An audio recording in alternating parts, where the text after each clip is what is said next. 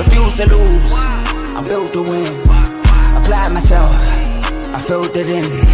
No time for the doubt, they counted me out, I'm getting it in. Yeah. No time for no loss, I'm paying the cost, I'm in it to win. Yeah. Refuse. Mine, it can't be diffused. If you ain't thinking the same, then we playing by different rules. You can't see the vision, we living at different views. Until we complete the mission, keep getting up, never snooze. I walked a mile in my shoes, had the mind of a fool, chasing diamonds and jewels. Trust me, I was confused. Started minding my business and used my mind as a tool. Ended up finding my purpose and found the time to get to it. They told me I couldn't do it, they told me I couldn't make it. They sold it, could never break it. That's sadly mistaken. I need a piece of the pie, I want it so bad I can taste it. They told me like Toby, keep on running, toes they gon' take a few to lose. Built to win, applied myself, I filled it in. No time for the doubt, they counted me out, I'm getting it in. Yeah. No time for no loss, I pay for the cost, I'm winning to win. Yeah. Refuse to lose, I'm built to win. Applied myself, I filled it in. No time for the doubt, they counted me out, I'm getting it in. Yeah. No time for no loss, I'm paying the cost, I'm in it to win. Yeah. Refuse. Welcome back to CTC. I'm your gracious host, Carl, and I'm back with another episode. I know it's been, 9 days? Yeah, it's been about 9 days since you seen me, but I told y'all I was going to be here this Sunday to review the ACC. It's review season. This is where if I had your team doing good and y'all sucked, hey, sorry, not sorry. If I had your team doing bad and y'all did good, get your jokes off, man. Hey, this is your time to fire back. This is your time for I told you so's. I'm not one of those guys who's going to double down or who's going to get sensitive. It is what it is, man. Come with the territory. And if I predicted your team correctly, how about a thank you? You know what I'm saying? Because everybody loves to shoot the messenger, but nobody likes to thank the messenger. So, with all seriousness, I got two guests with me today, two special guests. First guest I'm going to bring up. Part of Dave's Doghouse, part of the main show on the network. You've seen him here multiple times, repping the U. We got Dave. Dave, say what up to the people. What's happening? What's up? Happy to be back on CTC to talk about the U and the ACC. Let's get it. Yep. And my next guest, been on the show a ton, family to the show as well. As his cat almost made a cameo. You seen him here do more than just the ACC. He's always, he wasn't with me this year, but things happen. He's been with me with the top 10 teams in the group of 5. We've had a lot of similarities of opinions, most notably our opinions on Coach Coombs and JMU. We got my boy Ace. Say what up to the people, Ace. Hey, man, I'm glad to be back. It's always a fun time on here. You know, I wish I could say defending national champion, but, we close. It's all right. We got it this year. It's all good. It's all good. I know you wanted that. I'm happy about this year, but we can talk about that later. No, we're not talking about that at all because we have a preview coming up, and we're not going to ruin that preview by talking about it today. But I will say what y'all thinking, I might be thinking as well with y'all. That's what I will say. But that's all you get from me. And also I will say I know it sucks to lose an Natty, but who you lost it to, I think it's no better guy you would want to lose it to. But I know it still sucks. It hurts every day. And there goes the cameo. I'm sorry. Keep going. No, you good. You good. So just like I said earlier, we will be reviewing our ACC preview that we did in the off season. A little tidbit. I'll wait for Ace to get back because I broke this tidbit on R2L. Ace didn't hear it, so I'll let Ace hear it. I will play spoiler alert early, okay?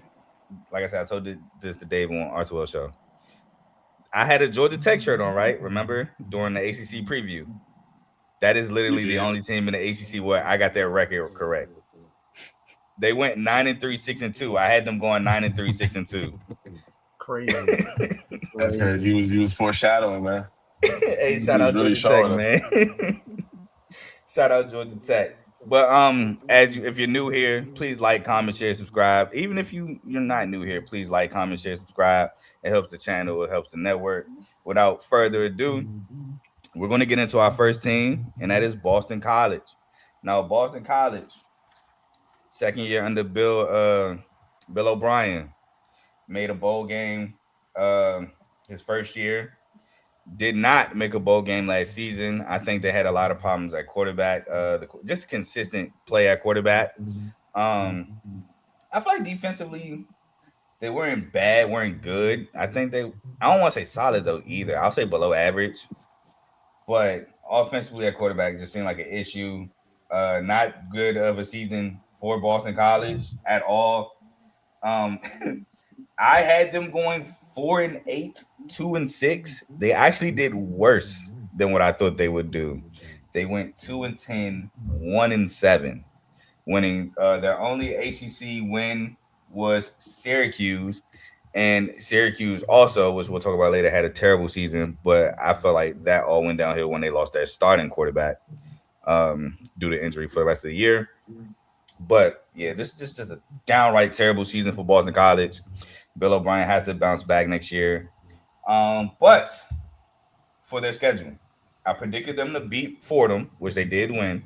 I predicted them to lose to Michigan State, which they did lose in double overtime. Which, in hindsight, terrible that Michigan State won the double overtime with Boston College at home, nonetheless. Had them beating Stanford, which they lost.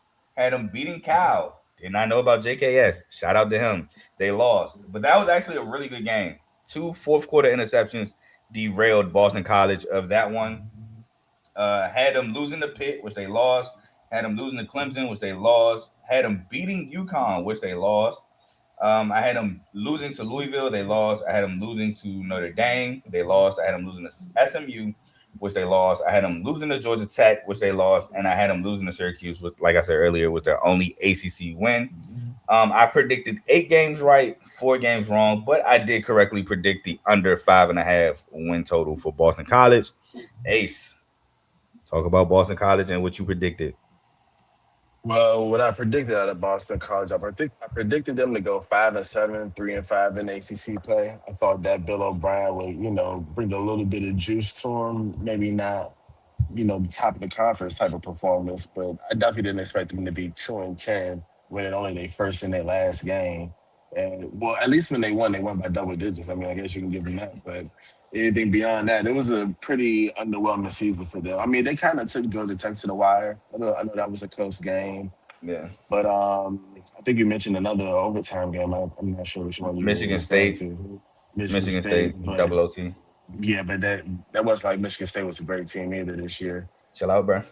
You're not wrong. No, You're not wrong. You're not No, wrong. Well, why he got the Michigan State shirt on? He's not wrong, by the but way. This is the thing. Michigan State, you can at least say they got a little bit better as the season went on. It seems like Boston College, they just kind of regressed. And I mean, their quarterback, his name is escaping right now. Dylan Longerin. He came out pretty strong. I know he had a first good performance in that first game. Granted, not great competition, but him getting hurt, I'm sure derailed a lot of his development over the season and whatnot. But yeah, definitely not something that it should be proud of, I would say. Yeah, so you said you had him going 5-7, 3-5. Yeah. So you correctly had the under 5.5 as well. What games did you have them winning? To be honest, I don't have the exact breakdown. I have my. All right, that's fine. Which college stuff? That's fine. Dave, Boston College. What did you predict? I predicted that they would go 4-8, 2-6 in the ACC. Just like me. The games I had them winning were Fordham, which they won, of course. Mm-hmm. I had them beating Michigan State, beating Stanford, and beating UConn. Those were all the games I had them winning. I did not have them beating Syracuse, even though they won that game. I knew they was going to lose against that 4-game stretch with Louisville, Notre Dame, SMU, Georgia Tech. I knew they had no chance to win those games. Even though hold on, Dave. You said you had them beating Fordham, Michigan State, Stanford, and UConn. Yeah. So you had them going 4-8, 1-7 in ACC play. Because those 3 of those games are non-conference. Michigan State, Fordham, and UConn are all non-conference. Oh, my bad. I'm looking at it wrong. My bad. I had them losing to UConn and beating Cal. My bad. There we go. All right, cool. Shout out to you. So yeah, that's what I thought what was going to happen, and I mean they went 2-10. Yeah, I yeah. I ain't really got too much to say about BC. I I mean, was about to 'cause- say it's not really too much to speak on when it comes to the Boston College season. It was downright terrible. I mean, they lost Thomas Castellanos, who went to Florida State, which we'll talk about later too. But quarterback, like I said, they lose Castellanos. Quarterback play was very inconsistent. Now Lagerin, like Ace said, came out strong. He came out strong against MSU too. I mean, again, in hindsight, that's very bad for MSU. But again, he had the 2 picks against Cal. I think that was him that had the 2 picks against Cal that game. Quarterback play was just inconsistent, and with Bill O'Brien, who's I believe, if I remember correctly, Bill O'Brien's offensive coach, it's not going to work. So definitely got to figure that quarterback position out. But we'll move forward to Cal University, which again, shout out JKS because freshman quarterback was not on my radar. Wasn't on a lot of people's radar. I think Cal kind of even said he was like the secret weapon. Because a lot of people had, I believe, Devin Brown from Ohio State coming out as the starter for Cal. So when yeah, JKS I, came out, I had go that ahead. on my thing too. I had him Yeah, coming out as a starter. yeah. So when JKS came out and he actually balled this year, that was a big shot in the arm for Cal. Shout out my boy Hezekiah Massis came in, stepped up, in replacement of Noah Williams, who they lost to the Chiefs. He had 5-6 picks this year. Had some troubles at times locating the football. Would get a little handsy, get some penalties, but I think he had overall a good year. Shout out Cato Olave, which Ace. I talked to Ace because Cato Olave now transferred to BYU. He's now at the ACC, but he had a really good year at linebacker. I think Cal was a really good team. I do think Cal dropped some games. A notable game to me is the Virginia Tech game. Now, albeit it was a night game, weekday in Virginia in Blacksburg, that's a tough game to go and win. I do feel like Virginia Tech just kept running the same quarterback option with Kyron Drones, and they just had no answer for it that game. And that's a game I feel like they could have won. They dropped the Stanford game, another tough game, rivalry game. I feel like that was a game they could have won. And the San Diego State game was just horrendous. Shut out 34 donut by 3 San for Diego nothing. State. Terrible game. But for Cal, I had Cal going 6-6, 3-5, predicting the over 5.5 wins. They actually went 7-5, 4-4, so one game more. So I feel like that's a solid prediction. Um, I had them beating Oregon State, which I believe Oregon State started off like 0-8 or something like that, something crazy. But Oregon State also had a chance to beat Houston, and they blew that one. But I had them beating Oregon State, which they won, beating Texas Southern, which they won. I had them losing to Minnesota. That was a good game. They won it. I had them beating San Diego State again. Shout out 34 Donut. I had them losing to Boston College, which they won. Had them losing to Duke, they lost. Had them beating North Carolina, they won. Losing to Virginia Tech, they lost. Beating Virginia, they lost. Losing to Louisville, they actually won that game. Beating Stanford, they lost. And I had them losing to SMU, which late game heroics in that one. They almost dropped that game, but ended up winning it. I believe Kendrick Raphael scored on that touchdown off the left edge to win it. So again, they went 7-5, 4-4, 5 games right, 7 wrong. But again, the over 5.5 was predicted correctly. And then they did make a bowl game, and they blew the bowl game. They had a big lead against Hawaii, the battle of the 2 Hawaiian quarterbacks. But Micah Alahado, second half heroics. Hawaii won 35-31. They lost, to Hawaii in the Sheraton Hawaii Bowl. Dave, talk to me about Cal. Kyle, man. I mean, I remember. I remember when we talked about Kyle. I was talking about the 2 new coordinators that they had were Justin Wilcox and Brian Harrison. Also Harrison. I think I'm saying that right. I talked about they lost 18 players to the transfer portal that year. I had them going 5-7. I was not expecting them to be in the bowl game that year. I had them beating Oregon State, Texas Southern, San Diego State, Virginia Tech, and Stanford. I had them going 2-6 ACC play. So I think our records were pretty close as far as the wins. Carl, me and you. We were game off. Yeah, I had them going 6-6. You had them going 5-7, and then Yeah. 3-5. You had them 2-6.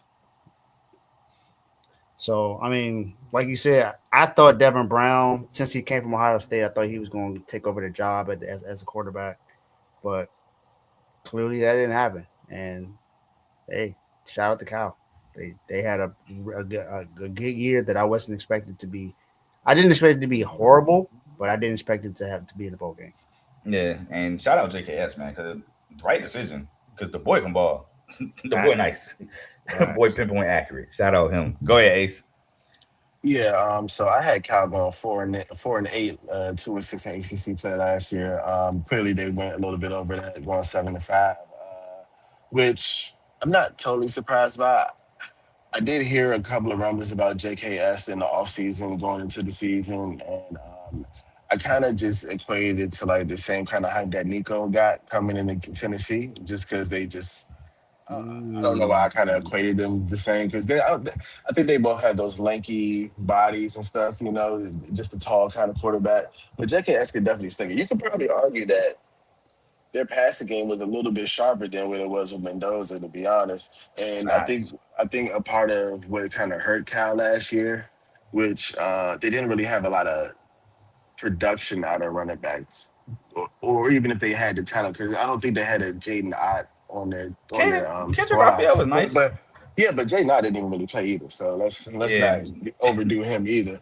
So I think they're heading in the right direction. I remember last year I was talking about how Ron Rivera is leading their football operations and stuff like that. I still think highly of that pickup for their organization. I think that it's going to take the program to the next step. So I think this was a good season for them. Definitely a good stepping stone. I would imagine people would think that JKS is for sure the second or third best quarterback in the ACC next year. 100%. Oh, nah, I don't think so. I third second maybe. Third, because everybody going, and I love Darian Minson, so don't take this wrong, but a lot of people gonna have Darian Minson probably first. Next might be Kevin Jennings. People might have Kevin Jennings. Kevin Jennings. I mean, but that's it. It'd be Kevin Jennings or him or that's why I said third maybe. And I'm not mad at it. JKS like that. I will say though, and then CJ Bailey would be in that conversation. CJ Bailey definitely in that convo for sure. NC State. Chandler Morris is finally out the convo. He tried to come back and get another year. No thanks. Get a job. No, he's not in the conference. We had a tight end on our team who we should have been saying that to. Bro from Oregon. I can't remember his name. But he was there long due to a bunch of injuries. Chandler Morris, I don't remember him having too many injuries. Yeah, I remember Chandler Morris having too many injuries. I just remember he was at TCU. He transferred one. Yeah, no, he transferred twice. Yeah, because I'm about to say he was at TCU. And they pulled him from Max Duggan, and then he went from TCU to North Texas. He actually balled at North Texas, and then he went to Virginia. He was in North Texas.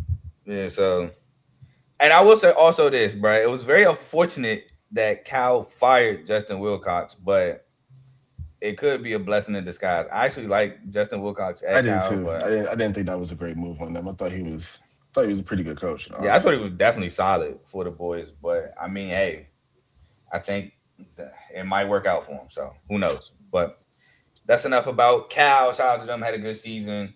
Oh, I do want to shout out one more person before we move from Cal, actually. Shout out the receiving corps, Tron Grizel and Jacob DeJesus, being very versatile. Definitely want to shout out them. But we can move on to Clemson, who, in my opinion, I'm pretty sure 95% of college football opinion, had a severely underperforming and underwhelming season. Tell me about it. Man, I predicted Clemson to go to the national championship. And as much as it pained me to say it, I'm thinking, all right, cool. They got basically their whole roster coming back. They were, 9-3? Oh, excuse me. I have the record right here. They went 10-4 because they made the playoffs. They won the ACC championship, 7-1 in the ACC. They lost to Texas. I mean, Texas was really good that year in the playoffs. Cade Klubnik, I actually gave him credit before the start of the season, which that definitely hurt. We all did. Yeah, we all gave him credit. And Ace knows them. 36-6. That's a good number. Ace knows, bro. I'll be like, man, he had a good season, but I just don't trust, bro. But I gave him his credit, and rightfully so for the year he had. And then everything regressed. And it's not just Cade Klubnik that regressed. The defense, TJ Parker, Peter Woods, everybody. The entire team regressed. It was Nowhere just near as dominant up front as we thought they would. no, at all. Not at all. If you even remember my prediction, I had TJ Parker win the ACC Player of the Year, which Mm-hmm.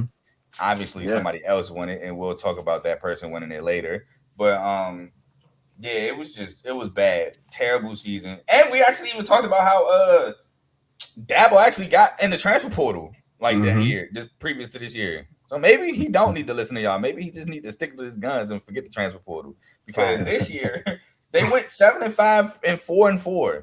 I had them going 11-1, 8-0, losing their only game was South Carolina, another regressive team. I got to talk about when we do the SEC team review. That was my only loss for Clemson with South Carolina, and obviously they lost 4 more games, 7-5, 4-4.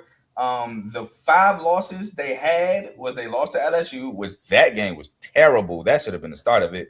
But I mean, I ain't gonna lie. When I saw the game, I'm like, oh, okay, this is just a battle of 2 good defenses. No, Yeah, the that's what battle. everybody thought. That was a battle of frauds. Yeah, Two Facts. fraudulent Fraud is teams. correct. Very correct. They lost to Georgia Tech, which I'm thinking, all right, cool. It's not a bad loss. Georgia Tech gave them problems, I believe, the year previous, if I'm not mistaken. They lost to Syracuse, which is the biggest surprise of the season.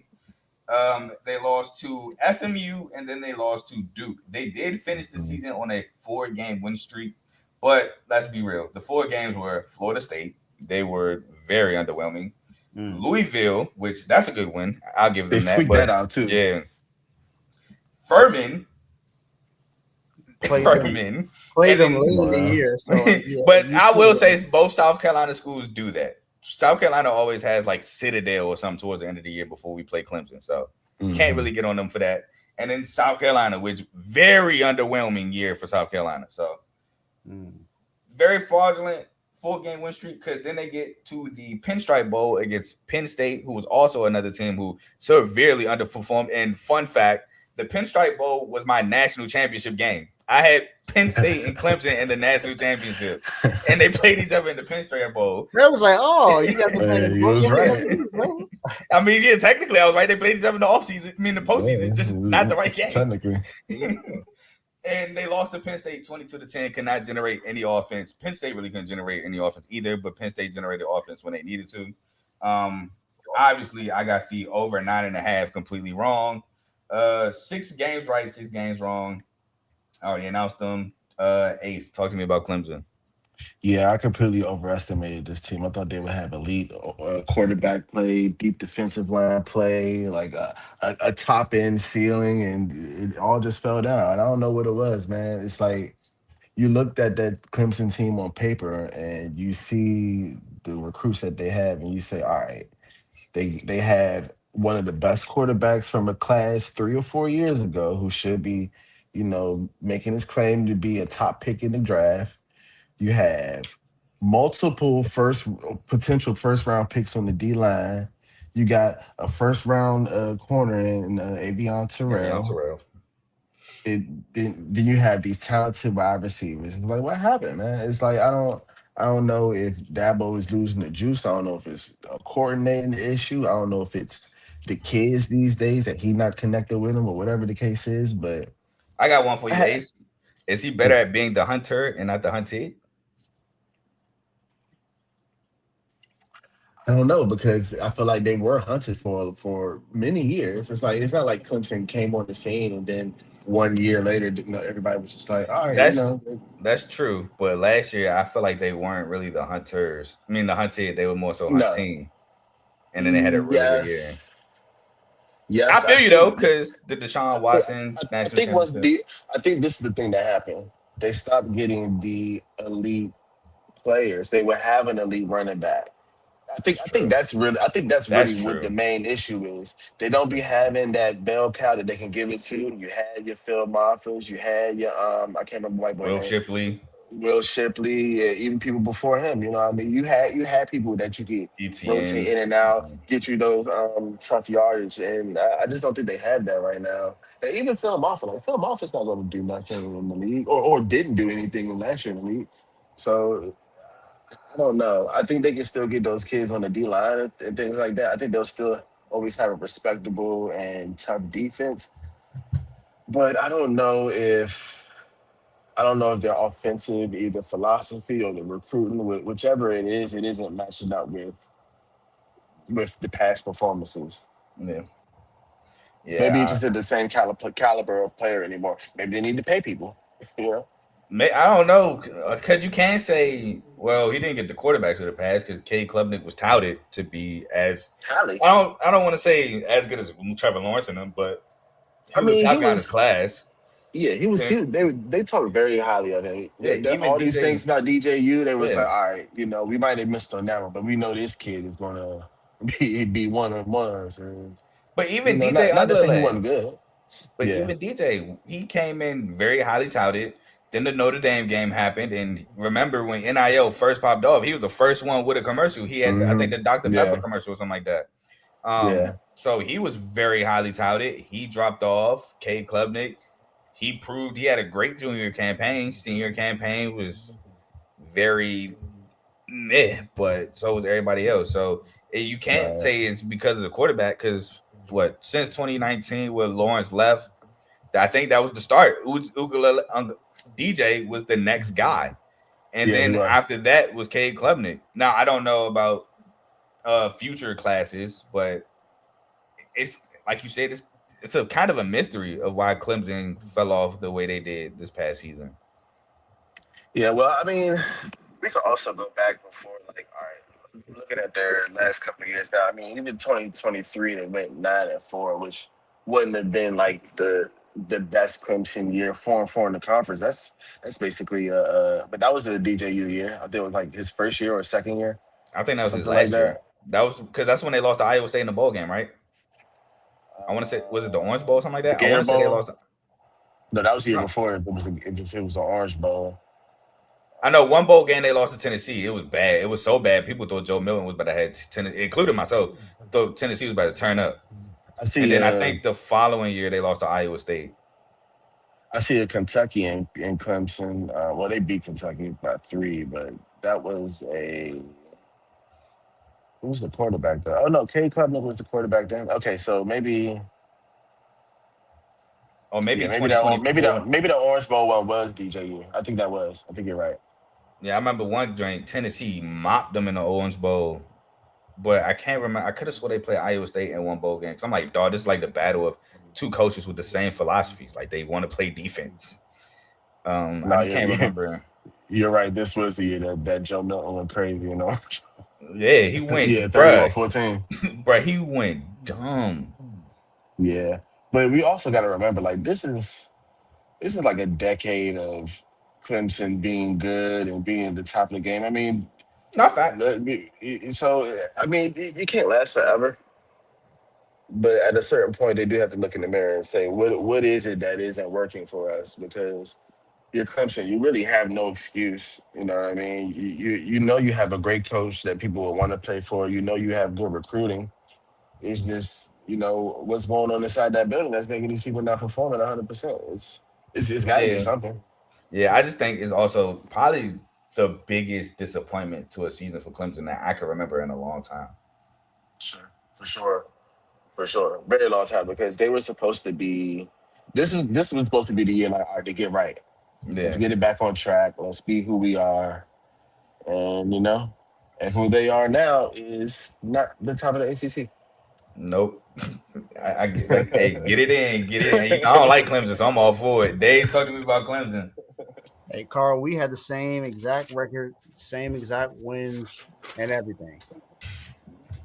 I think I even talked about their new defensive coordinator, Tom Allen, coming in. I thought he was going to make a difference, and not to say that the defense was bad because it wasn't bad, but I mean, it wasn't Clemson football. Yeah. They just didn't play Clemson football at all. And they did get the transfer from Purdue, will help, but he didn't make a big difference for real. So I don't know. I mean, I'm glad that they weren't that good, but hey, Warms my heart, but oh well. Hey, look, exactly. Like for my prediction, obviously I'm a little sick, but like, am I rooting for Clemson? No, I like South Carolina. Why would I root for Clemson? So, but we'll move forward to the team who won the ACC championship, The Duke Blue Devils. Did I think I would be saying that? Absolutely not. I don't think anybody thought they'd be saying that. Not in football, Nobody thought basketball, that. absolutely. Football, no. Shout out Coach Manny Diaz, man, for getting the ACC championship. I don't want to call it disgusting because I feel like that's kind of putting smut on it, but a 7-5 ACC champ is kind of crazy. But Duke, funny enough, I had Duke being better than what they actually went. I had Duke being 8-4 and 5-3. Now they had a better ACC record than I thought they would have, but they did not have a better overall record than what I thought they would have. Duke finished 7-5, 6-2, but they did beat a very good excuse me, not very good. They did well. I'll say this: they beat a very good UVA team in the rematch because I forgot they lost the first game. They got beat badly in the first game. It was terrible to the point where I thought Virginia was just going to do the same thing in the ACC championship game. But they beat a very good UVA team in the rematch.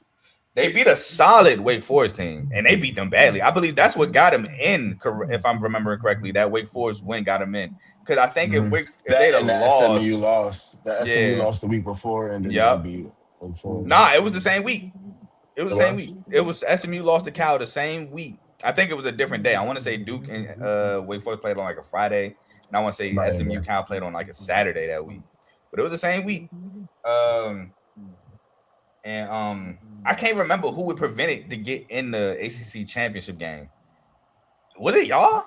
Yeah, it might have been us. Yeah, it might have been y'all. Because we needed Duke to lose to get we needed SMU had lost. We needed SMU and Duke to lose to get in. Yeah, SMU won. SMU lost, but Duke won. Mm-hmm. Yeah, and there was another factor in there somewhere. I can't remember exactly. Yeah, because I know three things that needed to happen, and two of them happened. And the Duke was the one that didn't happen.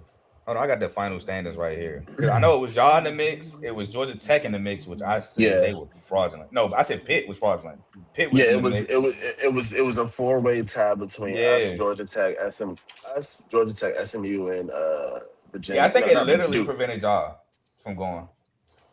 And I think Pitt might be in it too. Nah, because y'all beat Pitt. Remember, y'all played them head to head again.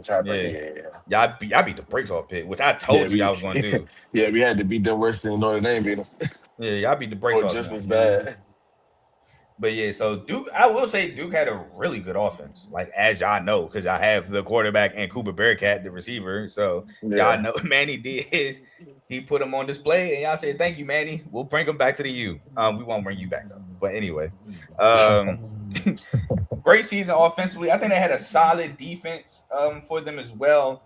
Now they did lose to Tulane, which I had them winning the AAC, so that wasn't a bad loss though.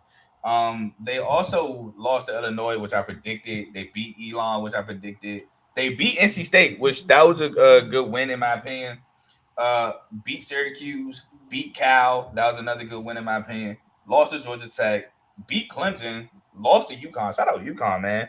Funny enough, UConn lost to Syracuse of all ACC schools.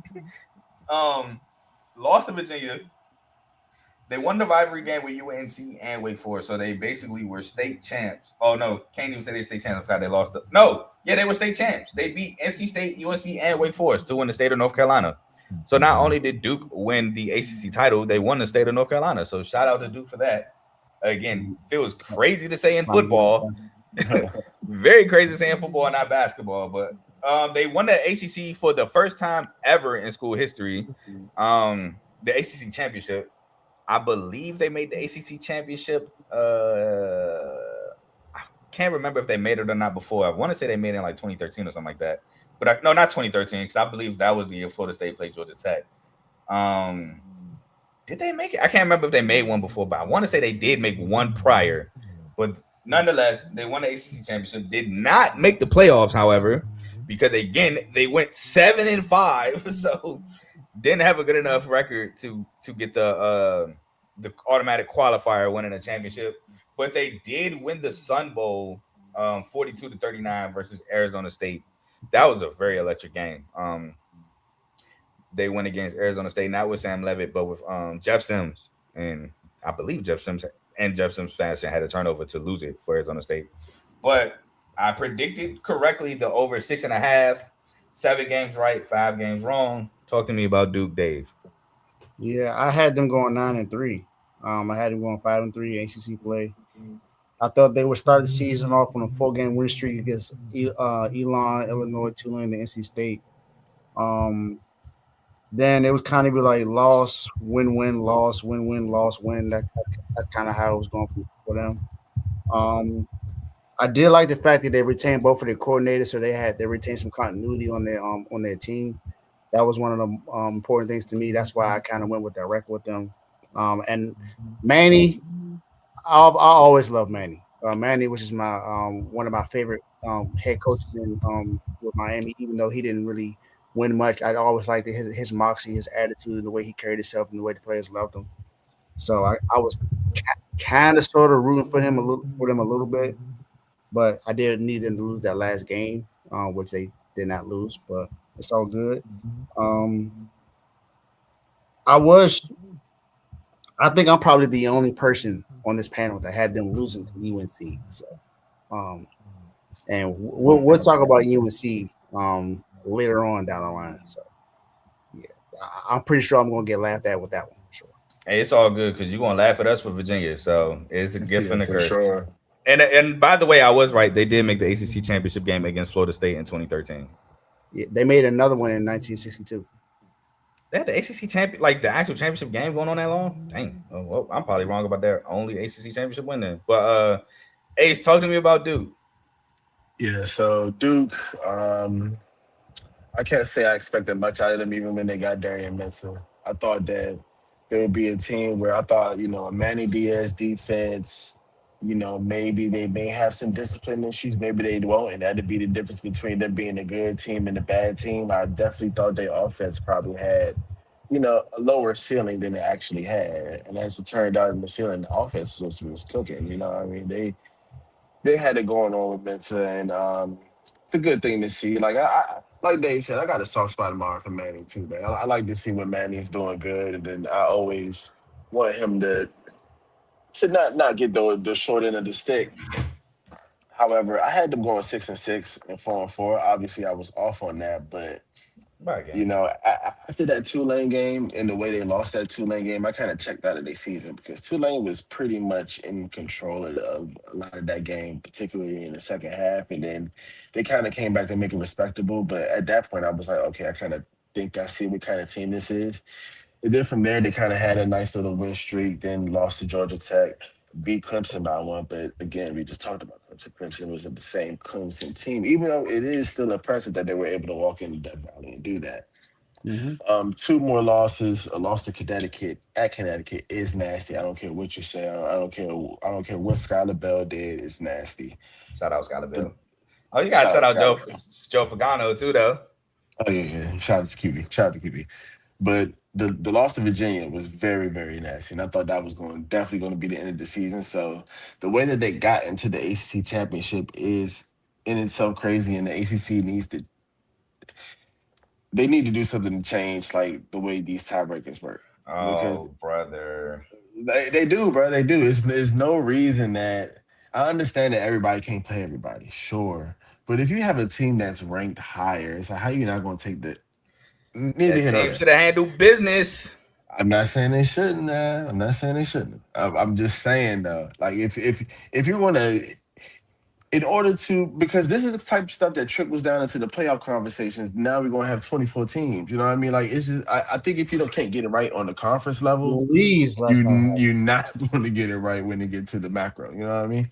But otherwise, yeah, I thought Duke was going to be a team fighting for bowl eligibility. And turns out they did. They helped us out better than anybody else this season besides ourselves. So shout out to them. All right. So this is my thing, right? Because not for nothing, y'all both went 6-2 in conference play. Y'all were ranked higher because y'all handled y'all business outside of conference, but in conference, Carson Beck threw away the SMU game at the goal line and threw 4 picks against Louisville. We'll get to those. We'll get to those. You So know, we're like going to I go in feel detail. you, but no, I mean I feel you, but like if I'm an ACC commissioner, I'm like, bro, what am I supposed to do with that? So I feel you. I just feel like one, this is very new to the ACC because there used to be divisions, Coastal and Atlantic. That kind of changed what But 3 I years think ago. that's what the issue Yeah. is. Yeah, I think that's where, because when it was divisions, that wouldn't have been such a thing, Then because everybody in could the play divisions everybody. everybody would, exactly. It's just like But I'm not saying that Miami should have an excuse for what they did, because they absolutely shouldn't. We should, Mhm. if we didn't bounce back, we shouldn't have been in the playoff, or even considered for it. However, it's just like, I don't know. I think when with college it gets so murky, and where it doesn't with the pros, is because we have all these eye tests and all these teams, and how we feel the team should be or where they should be, and then that determines where we rank them, and how we perceive them, and then that just makes everything so convoluted, because it's not a like a set criteria for real. yeah, I mean, plus, well, if you're talking about on the playoff level, it's way less teams, so it's way less variables as opposed to like conference. You got to think we got mega conferences now. We got 17 teams in the ACC. So like, even if you break Yeah. down into conference or divisions, one to be uneven, you might have to go Hmm. 3 divisions, which that's stupid because then how you going to go from 2 games out of 3 divisions? I mean, 2 teams out of three Yeah. divisions, and even if you do 2 divisions with one having one extra team, you can't have a non-conference game because if you everybody got played by it, that's what 8 games right there. Then what you get one out of division game against another ACC school that's not your division, and then 3 conference games. It's just well, ACC does 8 games, so you would that means you have 4 non-conference, so you don't even get the one game outside of your division in the ACC. So it's just tough. That's why I say you just gotta handle business right now. Cause I was disappointed No for you. I doubt. wanted y'all to go to the ACC championship game because I felt like y'all was the best team in the ACC. Just very unfortunate. That's the way it go, man. Sometimes, stuff is rarely clean in sports, I guess. Yeah, just unfortunate. But please, if you're listening, and ACC and Big 12, shut up. We're not doing a 24 game playoff, dog. No, we're I not. know why the Yeah, ACC wants 24 to is do crazy. it. I actually know why both teams want to do it. ACC want to do it because our champion didn't get in, but Miami got in, and they didn't even make the championship game. We should have had 2 in. And Big 12 was like, well, BYU, they played an extra game, and they didn't make it because they got spanked in that extra game, even though Bama got spanked in their extra game, and they still made it. So I get the grievances from both conferences. But no, 12 is fine.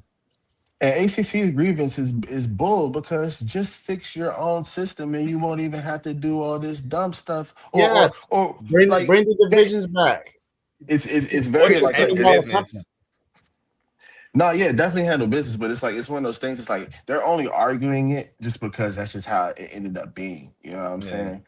Like, they would have never argued for a 7-win team to be in the college football playoff Heck if they no. No. didn't have this funky system that ended up with them in it. It's like, I mean, hey, whatever make money, and that's all they care about, and that's why these schedules be so weird and clunky throughout the season, and got teams traveling to Stanford for whatever Right. reason, coming back to play a Thursday night game 5 days later. It's crazy, man. They really got to reel it in with this stuff. Yeah, I agree. But let's not stray away. Let's move forward to Florida State, which I know y'all will be very happy to talk about. Big three rivals of Florida State. Um, y'all can low key kill me for this. Florida State. We all laughed at Florida State. We all laughed at Thomas Castellanos. Ha ha! You gonna get smoked by Bama? They actually beat Bama handedly, I should say. Smoked them. Yeah. Bama scored on their first drive, and I don't think they scored again until like the third or fourth quarter. It was bad. Florida State, and that to me was like kind of justified. Like, okay, this shows why I was kind of high on Florida State. The rest of the season, however, the That ACC that Virginia Thomas game. Castellanos loved to say that he ran through the ACC. You went 2-6 at Florida State in the ACC, my boy. 5-7, 2-6 year for Florida State. I had won 8-4, 6-2. So again, if y'all want to kill me, go ahead, do so. I had them losing to Bama, they won. I had them beating East Texas A&M, they won. Had them beating Kent State, they won. Now, the fun part for y'all.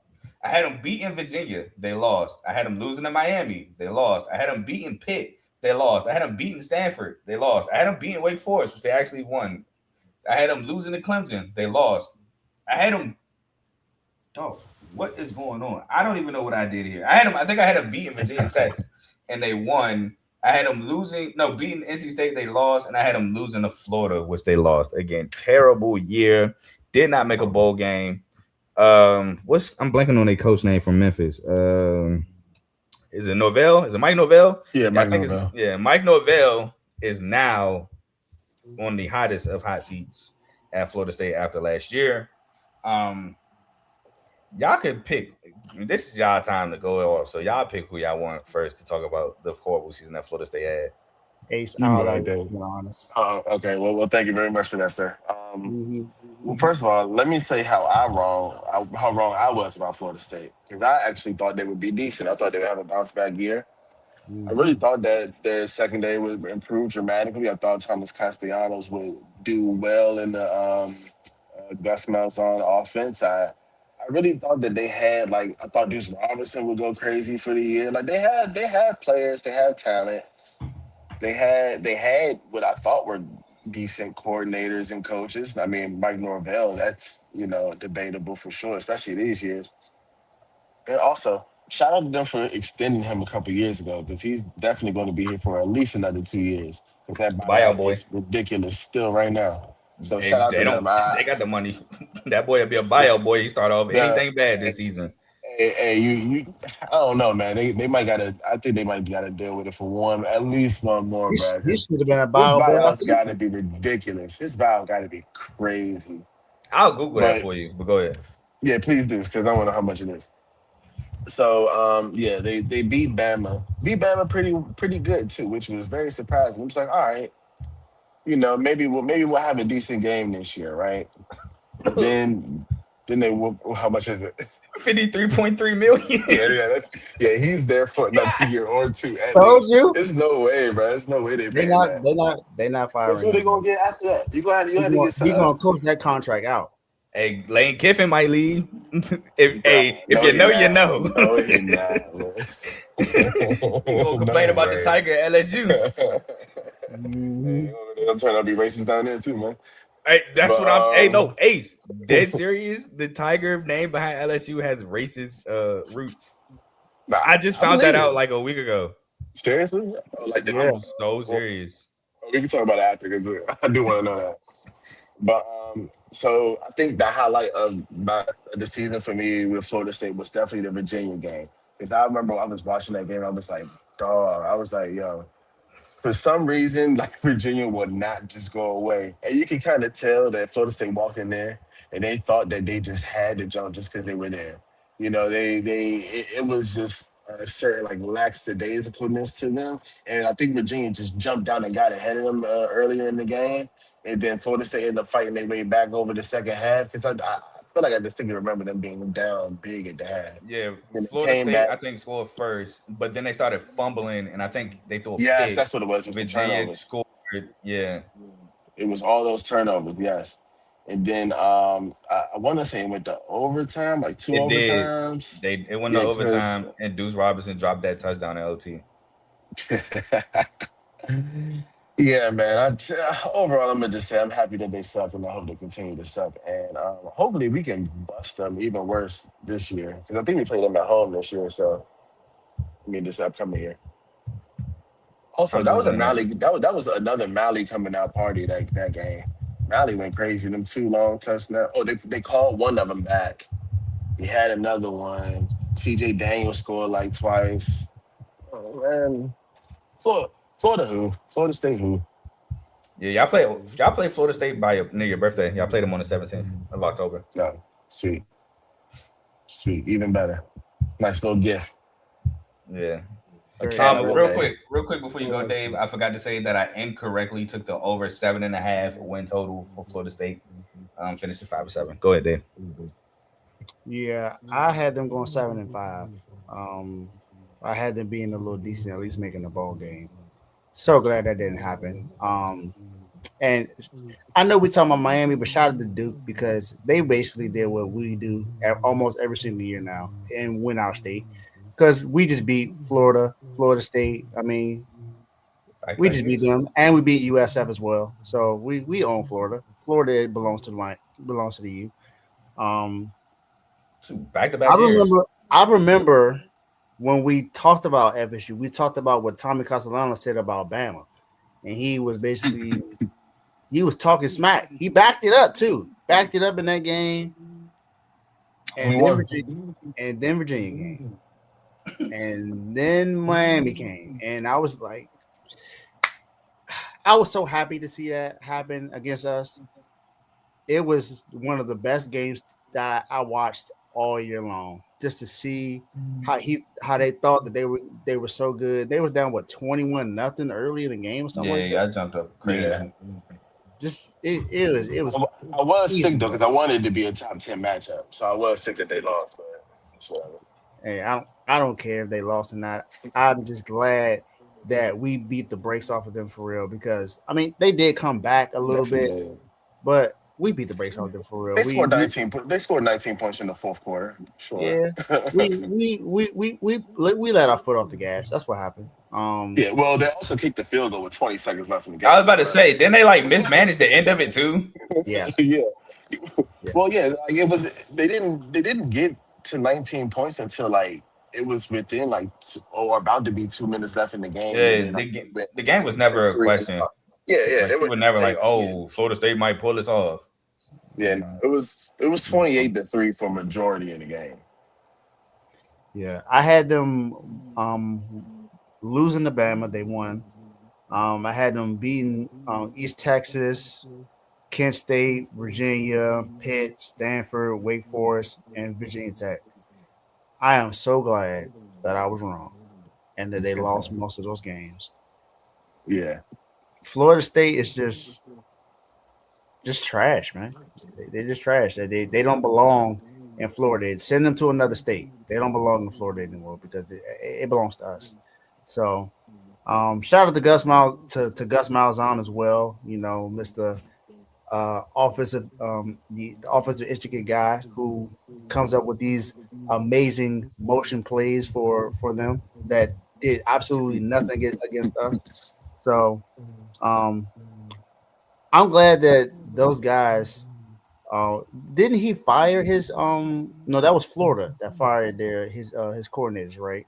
To stay there. Gus Malzahn's no longer at Florida State either, though. Yeah, he gone. Yeah, okay. I think he took a job. I don't think he's nowhere right now.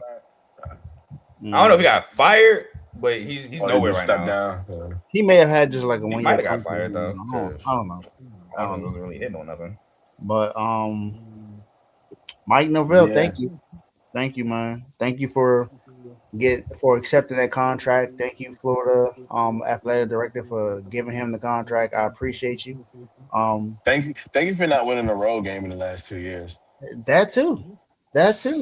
Give him another contract. Keep him there for another 5 years, please. It would be the best thing that you've done in your history. They saying here Jordan Travis Merchant. It's kind of hard to beat those allegations right now. It is very hard to beat those. I think so, because I mean they were undefeated with him. So I mean, they've only beaten 3. Hold on, they've only beaten. Hold on, my bad. 1, 2. Yeah, they've only beaten 4 Power 5 schools in the last 2 years. Funny enough, Bama being one of them. Bama being the best for sure, but Bama, Kent State. I want to say something. That game, Virginia Tech. That game let me know when they beat Bama that if we were to match up against Bama or Georgia, we had a really great chance of being able to beat them. Yeah, for sure. I wanted Bama. When it was doing the John, I wanted them to put us against Bama. I did because I remember last year they was trying to get Bama to get in the playoffs over us, even though they that's true. lost a game, and I was so pissed off. I was like, "There's no way Bama should make the playoffs. Just And they lost. didn't. Just lost too. Lost bad. Got That's dogged by Exactly. true. Georgia. They got the brakes beat off of them, and they was talking about putting them in over us. I said that's ridiculous. So Funny enough, both y'all made it. But, Yeah, right. Yeah, unless you literally. win, both y'all made it. But Yeah. I ain't gonna lie, I was a Bama should have got in until the SEC championship game. I'm like, bro, they didn't even like compete. The game was Nah, over yeah, before. it was nasty. It was nasty. Yeah, that game was nasty. But everybody got their Florida State slander off. Again, these are Miami fans, so they don't come at me. These are Miami fans. I ain't got nothing to do with the Florida State slander, other than y'all messed up my prediction by a pretty good margin. hey, we will slander them for as long as we're alive. It's the end of the earth, baby. So, with that being said, we're going to move on to a team that I support fully, the Georgia Tech Yellow Jackets. Now, again, if you missed the beginning of the show, ACC preview, I had a Georgia Tech shirt on. I left my shirt at home. That's the only reason why I don't have it on right now. But I actually predicted their season correctly. I had them going 9-3, 6-2. They went 9-3, 6-2. Now, I didn't perfectly predict the season because I didn't get every win and loss right. But I only got 2 games wrong. I got 10 games right. The 2 games I got wrong was I had them losing to Clemson, which they won, and I had them beating Pitt, in which they lost. And that Pitt game was very winnable. But no, you want to throw pick 6 in the red zone, huh? Haynes King. Yeah, man, Haynes King, man. I love Haynes King as a collegiate quarterback, but man, that game pissed me off. They went down 21 for all the way back, was actually had a chance to tie it, and he threw a pick 6. I was sick. But because of that, I got my record predicted correctly. So, gift and the curse. I correctly predicted the over 7.5. I remember saying that the 7.5 win total was kind of disrespectful for Georgia Tech. But they had a great season, man. They had a great season. Haynes King had a healthy season. I will say this though: the thing that kind of confused me about Georgia Tech was they wasn't letting Haynes King really push the ball down the field as much as I've seen in the 3 years at Georgia Tech, and I was kind of confused by that. You had Eric Rivers, who was a great transfer receiver from FIU. Didn't even really use Dean Patterson, the other transfer receiver from FIU. I was kind of confused about that. But yeah, offensively, it just seemed like they were very run heavy, which I'm not surprised with Haynes King and Justice Haynes. But not Justice Haynes. That's the guy from Michigan that transferred out of Michigan.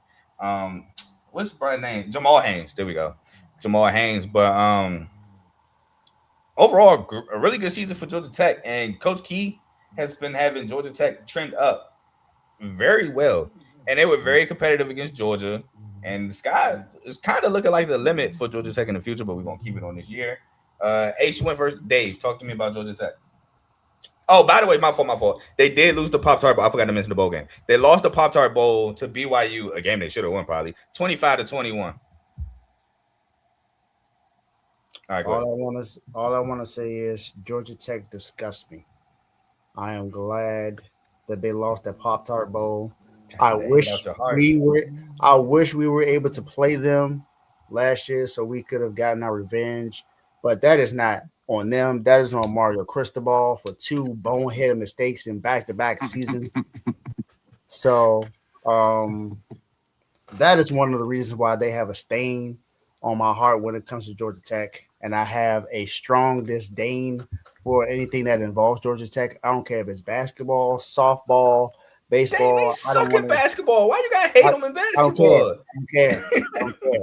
I don't like Georgia Tech at all.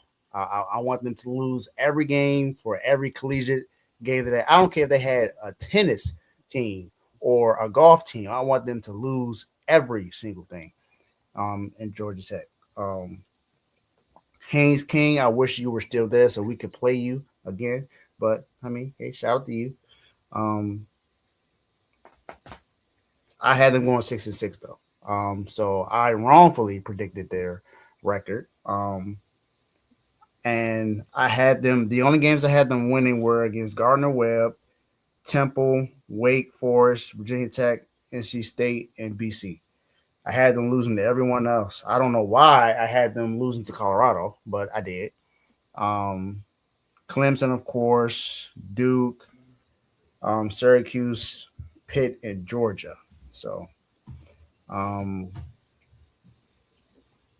again, I wish we were able to play them, and I wish we were able to dominate them because we need that win. That is the one team in the ACC I think we need to get our revenge with because we just couldn't get it together against them.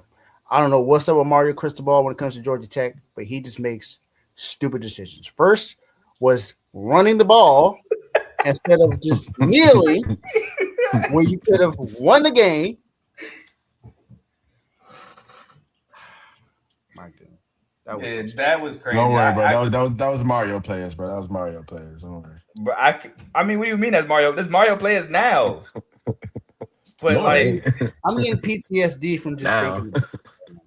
I mean, yeah, I can't even be mad at you for not disliking Georgia Tech. You gotta get that head out your heart. That's not Georgia Tech fault. That is literally y'all fault.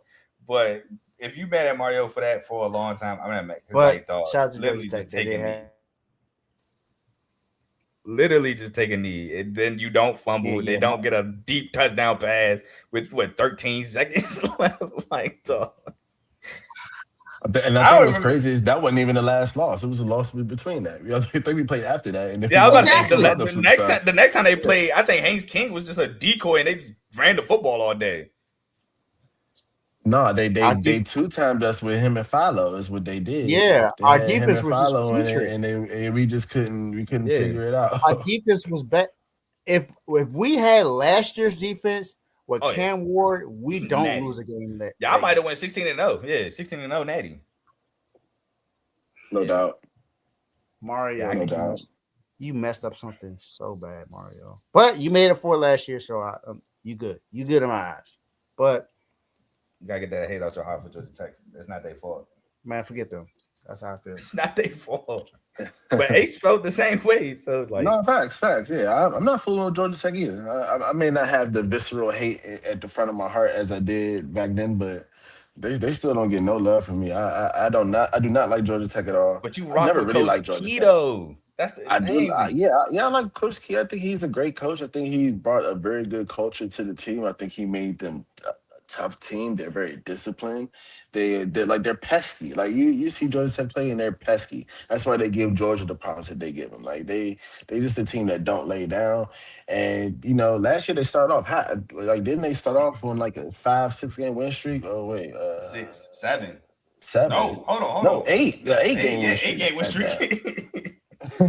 And then they crumbled at the end of the year, and I don't know if that was because of injury, because I feel like Haynes King got hurt sometime in last year. I don't know if he got hurt.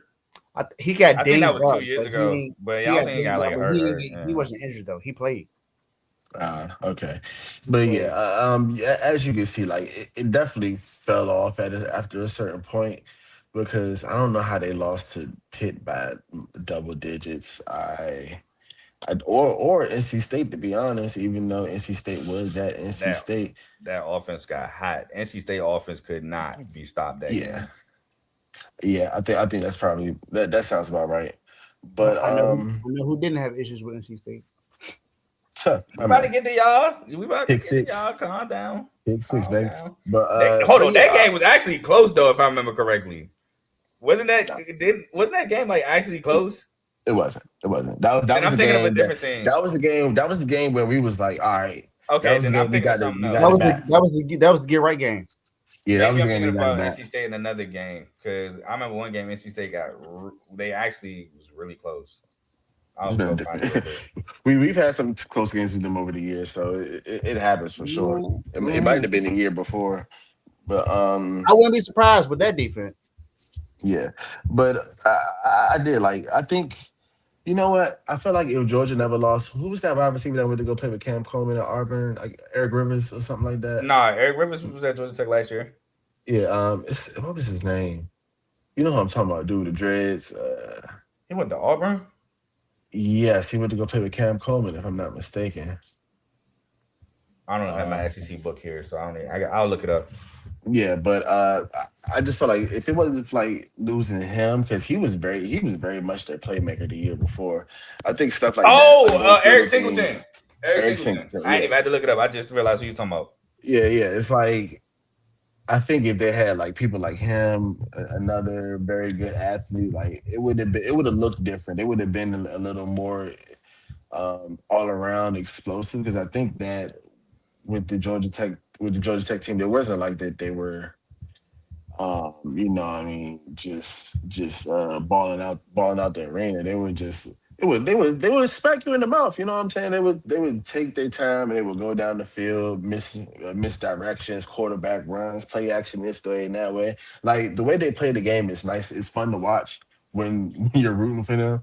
But if you're not rooting for them, they gonna give you some worries, man, because they just don't give up.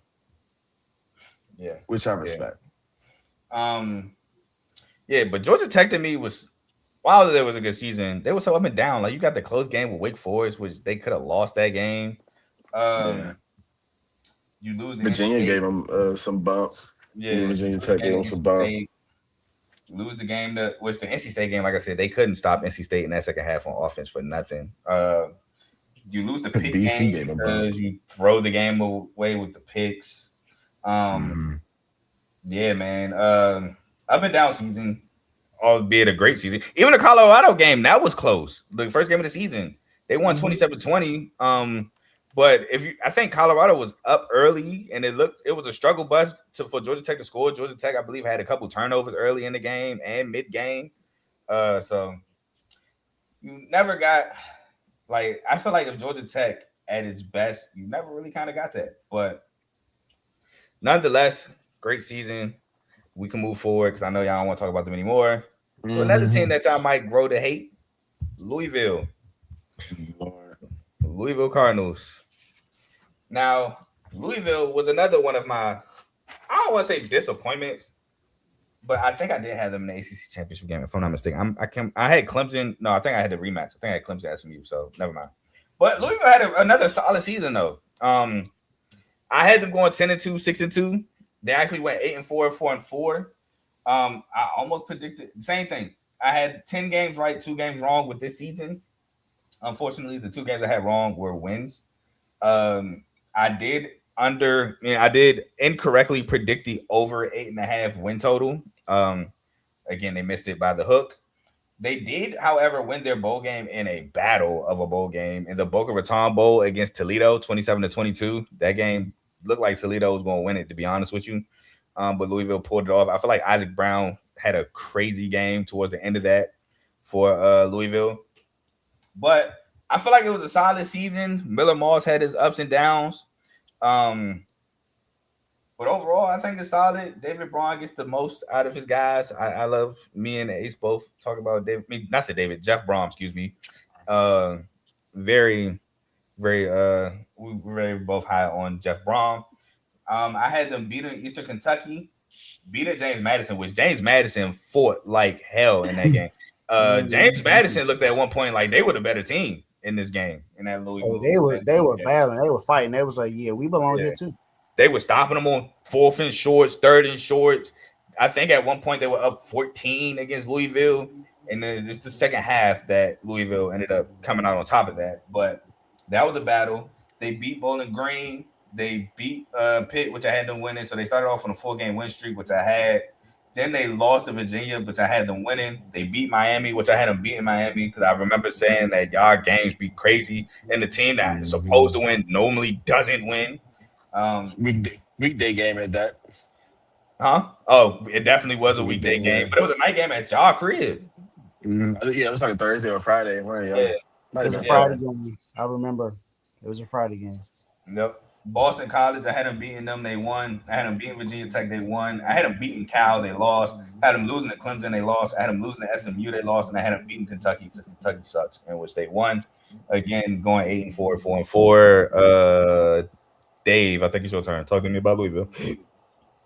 I know you mentioned Miller Moss. I think the 2 that stuck out to me, the 3 things that stuck out to me for Louisville, when I made the prediction, even though I had a good record for them going into that season, was they were down 4 of their top offensive linemen that year. I think 1 or 2 went to the draft, and 2 other ones went to transfer portal or something like that. But I did remember that Deion Branch was their receivers coach, and they had Colin Lacey on the squad. So my boy, South Alabama transfer. So that right there those were two of the biggest reasons why I had them going 9-3, 5-3 ACC play. I had to be Eastern Kentucky, James Madison, Bowling Green, Pitt, Virginia. Had them losing to us, even though they won, bastards. BC, Virginia Tech, Cal, and Kentucky. I had them only losing to us, Clemson, and SMU. Um, and I mean they went 8-4, so I was only a game off, but still, for some reason I can't find it in myself to hate Louisville. That's crazy, but y'all can hate Georgia Tech. Only reason why. Look, Speak for yourself. Let me explain. The reason why is because whenever I see Louisville, I see Lamar Jackson. Respect. That makes me hate him even more. Whoa! Oh yeah, because I know. This ain't the show for that, bro. This ain't the show for that. I know you. You're different. You. Hey, listen, Lamar did it to us too, man. He did, but he was electrifying to me. He was my favorite quarterback in college at that time. Thank you. Sure, I can agree. So, thank you, Dave. But I don't wish for them to win games. That's the only thing. I don't wish for them to win games. But I mean, that's obvious. ACC, I get that. Yeah, I don't hate them yet. But let me say this though, Ace. Since Lamar Jackson doesn't help you, what about Teddy Bridgewater? Does that not help you with Louisville? He kind of kicked it off. He did. Miami Northwestern guy. You know what I'm saying? Like, listen. I've always liked the quarterbacks. I've always liked certain players at Louisville. But do I like them as a program? Do I think that when I see Louisville playing, if I see Louisville playing anybody, am I ever root for Louisville to win? Most likely not. Jeff Brown, you got the history. Jeff Brown, Cunningham. Listen, if they play FSU, I'm rooting for Louisville all day. You can have my respect all day. You can have my respect all day. You don't have my admiration. That's crazy. If Jeff Brown was back at Western Kentucky or Purdue, yeah, your admiration.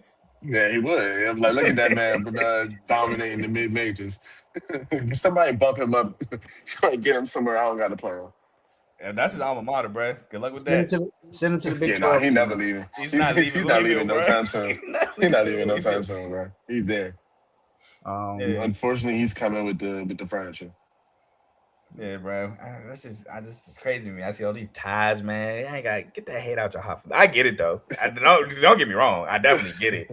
I would be annoyed too. So I definitely feel you. But like, nah, man, Jeff Brown is a great coach. Jeff Brown always gets the most out of his quarterbacks. Tyler Shuck, except Miller Moss. Miller Moss is kind of mid last year. Let's be honest. That's why I said he had his ups and downs. Yeah. Mm-hmm. And that's part of the reason why they didn't have as good of a season as they thought. I thought they were going to go 9-3, 6-2. I mean, obviously I wasn't that far off. They were 9-3, right? 8-4. 8-4. Okay, so 8-4, 4-4 in ACC play. That's a decent. That's around where I thought they would be. So I'm not too mad at that. Again, Miller Moss was nasty, but I do like Isaac Brown. I think he's a baller. I think Isaac Brown is great. Tough. I think he coming out this draft next year. This is last year. I even like Tyler Lacey. I even like him. I think he gone, but Isaac Brown, this is last year, and then he on to the NFL. Yeah, he should be. He's too explosive to be sticking around, to be honest. We've been a baller since freshman year. But with that being said, it's like, Louisville, they just weren't a complete team. They seemed like they would crumble at certain points. And also very undisciplined.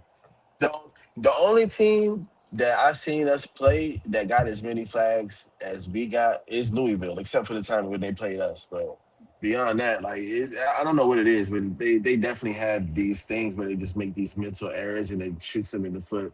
Similar to a lot of teams in college, but I think once they can get beyond that hump, who knows, what Louisville's full potential could be. But otherwise, they're going to be a fixture in the ACC. Always, I think. Yeah, they're always going to be somebody that you got to deal with or worry about. Especially when you're the UVAs and the Virginia Techs, all those middle of the road teams that's got to fight for their position. Louisville, end your season. Yeah, I agree. You know, Virginia Tech might have got a shot in the arm, but we'll talk about that in the offseason Yeah, big later on one. down the line. We'll move on, and I won't start this segment off. Again, I'm gonna let y'all decide. Y'all are both Miami fans. We are going to review the Miami Hurricane season. Whichever one of y'all want to go for it, go for it. You go ahead, Well, Dave. I appreciate that, sir.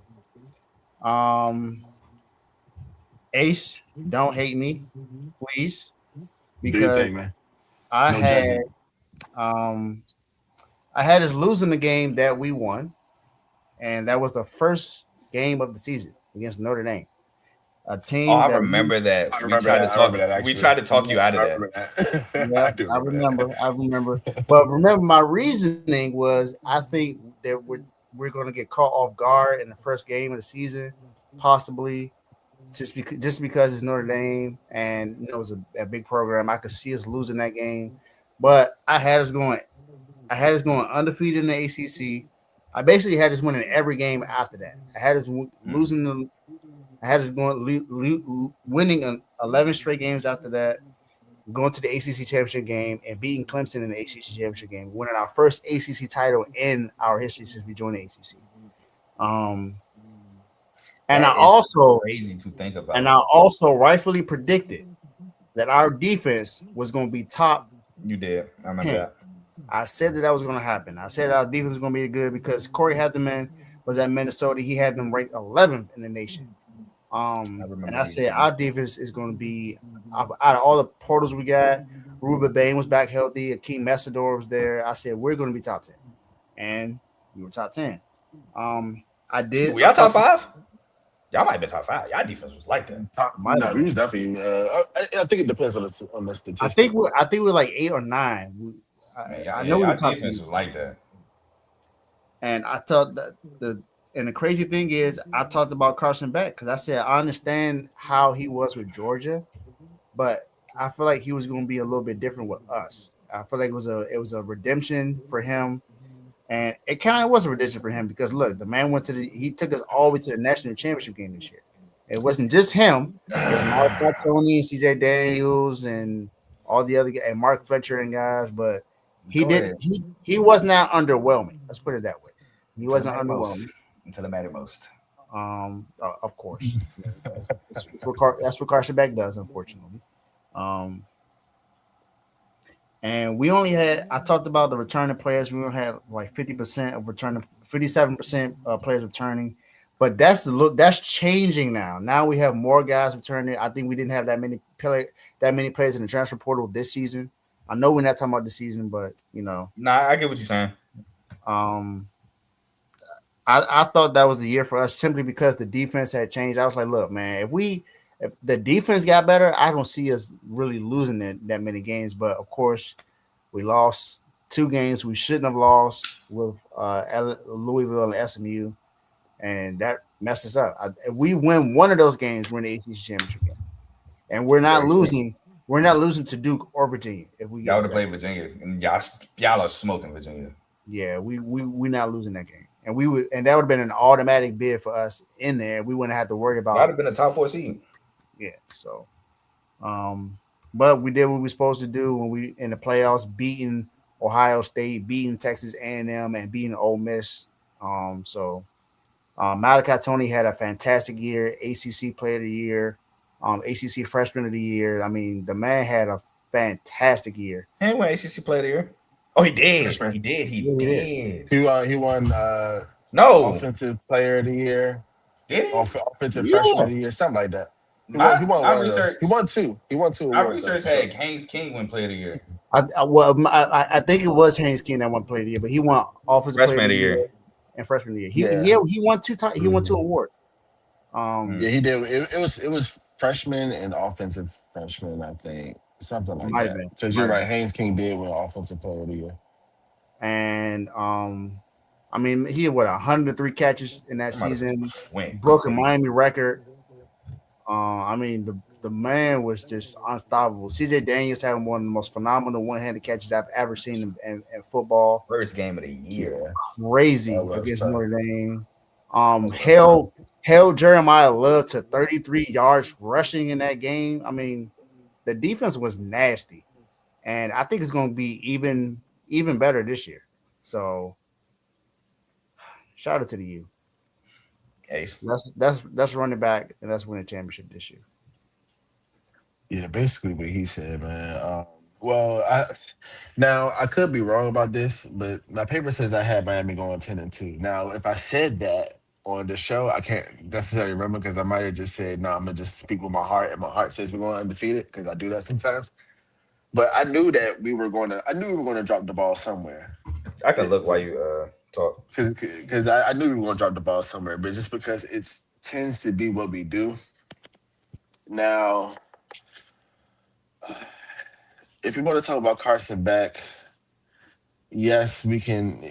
Yes, we can fault him for throwing that pass. I mean, we can, but we can't. I think Which it one? depends on how you look at it. Particularly the interception at the end of the game, because I think he expected it to Which be a game? different kind of. Shut up, Carl. Oh, Somebody, somebody I'm about did. to cut you out your own show. I'm talking specifically about Indiana because it's just like, bruh, like I think it's two things with that pass. And yes, I could be making excuses for him. One, I just don't think that his arm was the same last year. You know what I mean? Like I wouldn't be surprised if we see Carson Beck throw in the pros this year and it look like it's way more simple on the ball, like more similar to how he was throwing it in Georgia. Just because he's had more time with his, I was like a Tommy John thing or something like that. I can't remember exactly what the injury was, UCL. but UCL, yeah. So that has to affect how much spin and how much like power you can put on the ball. And I think Indiana just fooled him. I think he thought he had like the safety was going to drop it, or the corner was going to drop it. When he went, it was just like, bruh, it is what it is. But beyond that, bro, Carson Beck had a decent year. I don't think you could put any quarterback in place of him and we get to the same place. You know what I mean? With a lot of the things that happened last year, we needed somebody with experience to kind of usher us through a lot of those moments where, a lot of people on that team never been in those big moments before. So I do Mhm. appreciate him for that. I do think that he came and he did what he was supposed to do. I think that it helped him at the end of the day. Did he go day one? No, but he still got drafted. And, it's also helping our perception for quarterbacks coming in later on. So, in that sense, it was a great success, the Carson Beck experiment. He got drafted to your team, didn't he? No, he went to the Cardinals. He Oh yeah, he in my it was like division. yeah, it's like third round or something. Have fun with that. Y'all gonna smack the. Hopefully he don't play, but that's their problem. Yeah, that's their problem. Um, as far as everybody else, like, the running backs were great. Mark Fletcher really came on as the season went. Hmm. Shamar Brown really was a very good shot in the arm when we needed it. Pringle, Pringle, he's going to be good as the years go on. He's very explosive. He's fast. He got some wiggle. I like that kid a lot. Wide receivers, I mean, we don't really got to talk too much about Tony because we already know what he did. He's phenomenal. Second best wide receiver in the nation, hands down.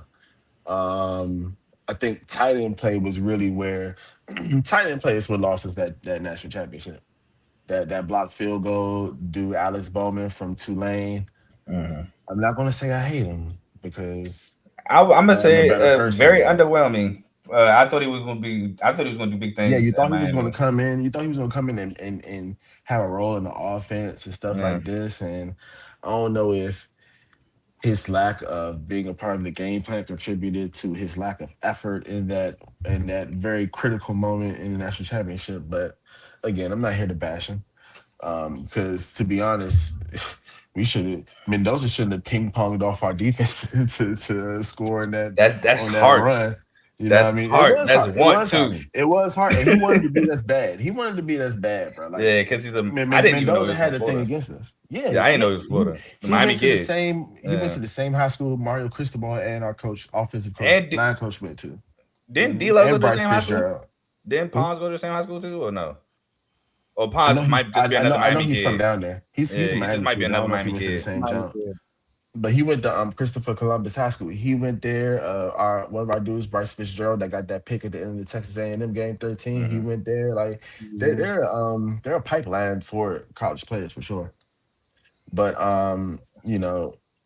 beyond that, and I don't want to just lock in on the national championship game because there's been plenty of other great moments. Like, you know, like you said, we really appreciate seeing the course of Ruben Bain's career, seeing Akeem Mesidor come in from West Virginia, change his position, lose the weight, look like a completely different player. Bald. You know what I'm saying?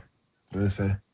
Just ask if y'all had a missing piece. What do you think the missing piece was? Which I don't think I really had a missing piece. You just lost to Yeah, another team. I don't. I think it wasn't a was missing just. piece. I think it was just the strategies and just the mistakes that we made. We didn't really have any mistakes. We had everything we needed. We just didn't capitalize on it. I Yeah, just bro, think it y'all was just all lost to missile a very areas. good Indiana team, bro.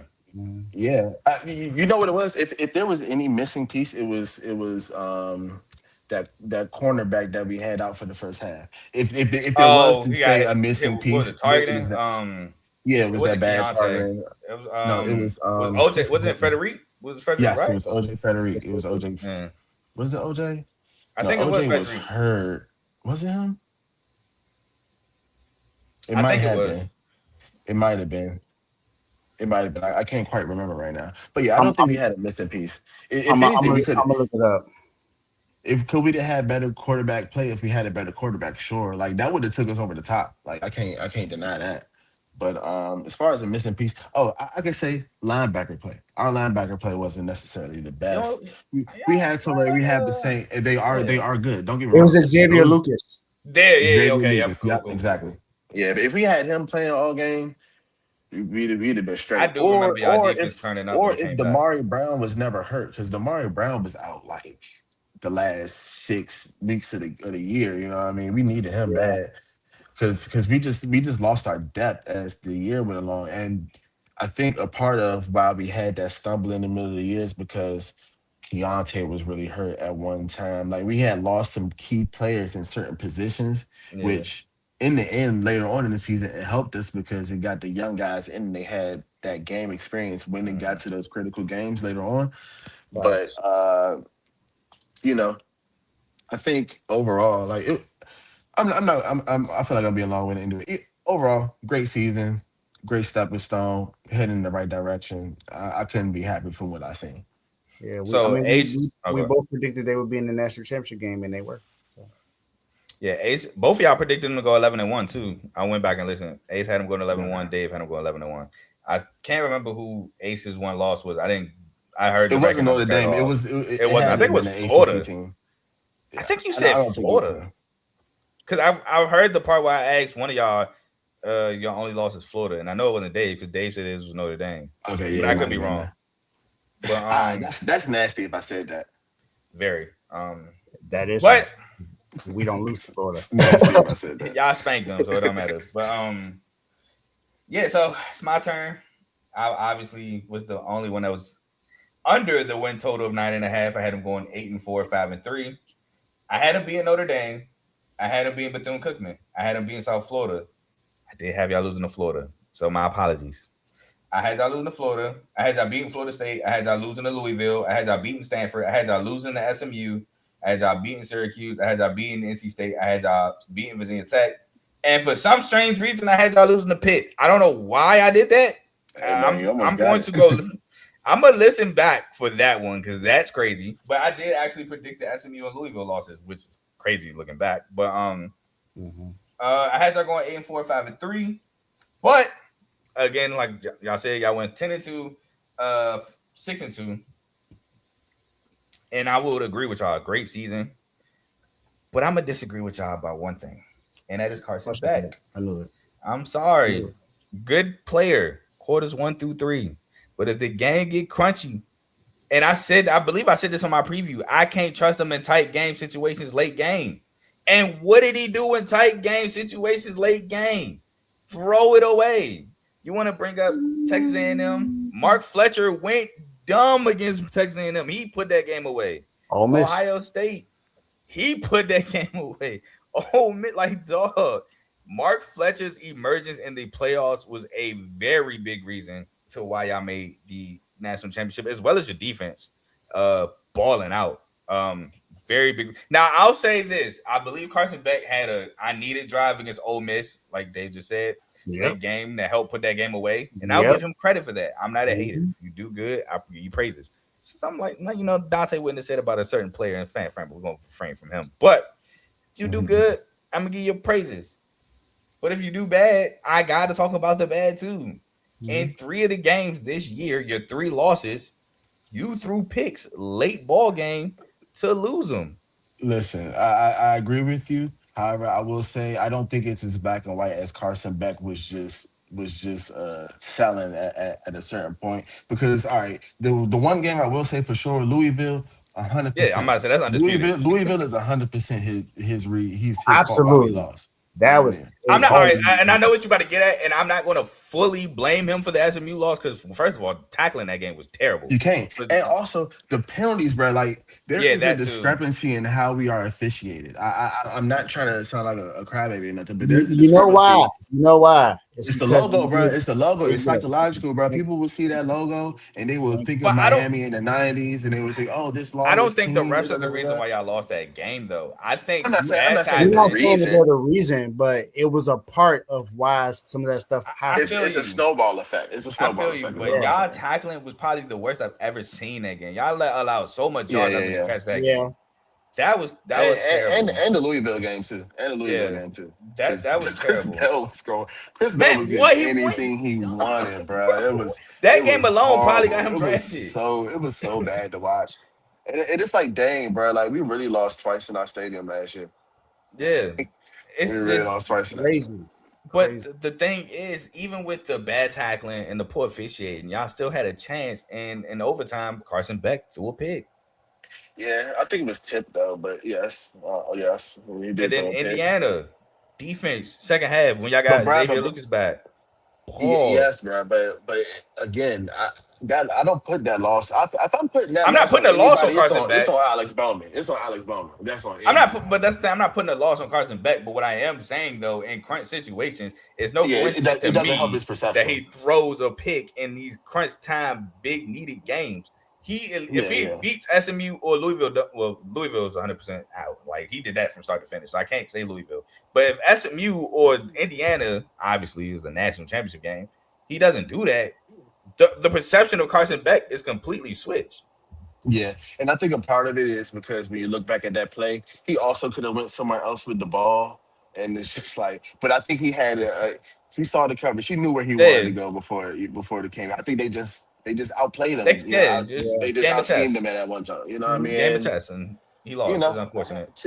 Tip my hat to him. You know what I mean? Like it definitely hurts, and but this is the thing. Even for Carson Beck to be who he is, I can't act like dang.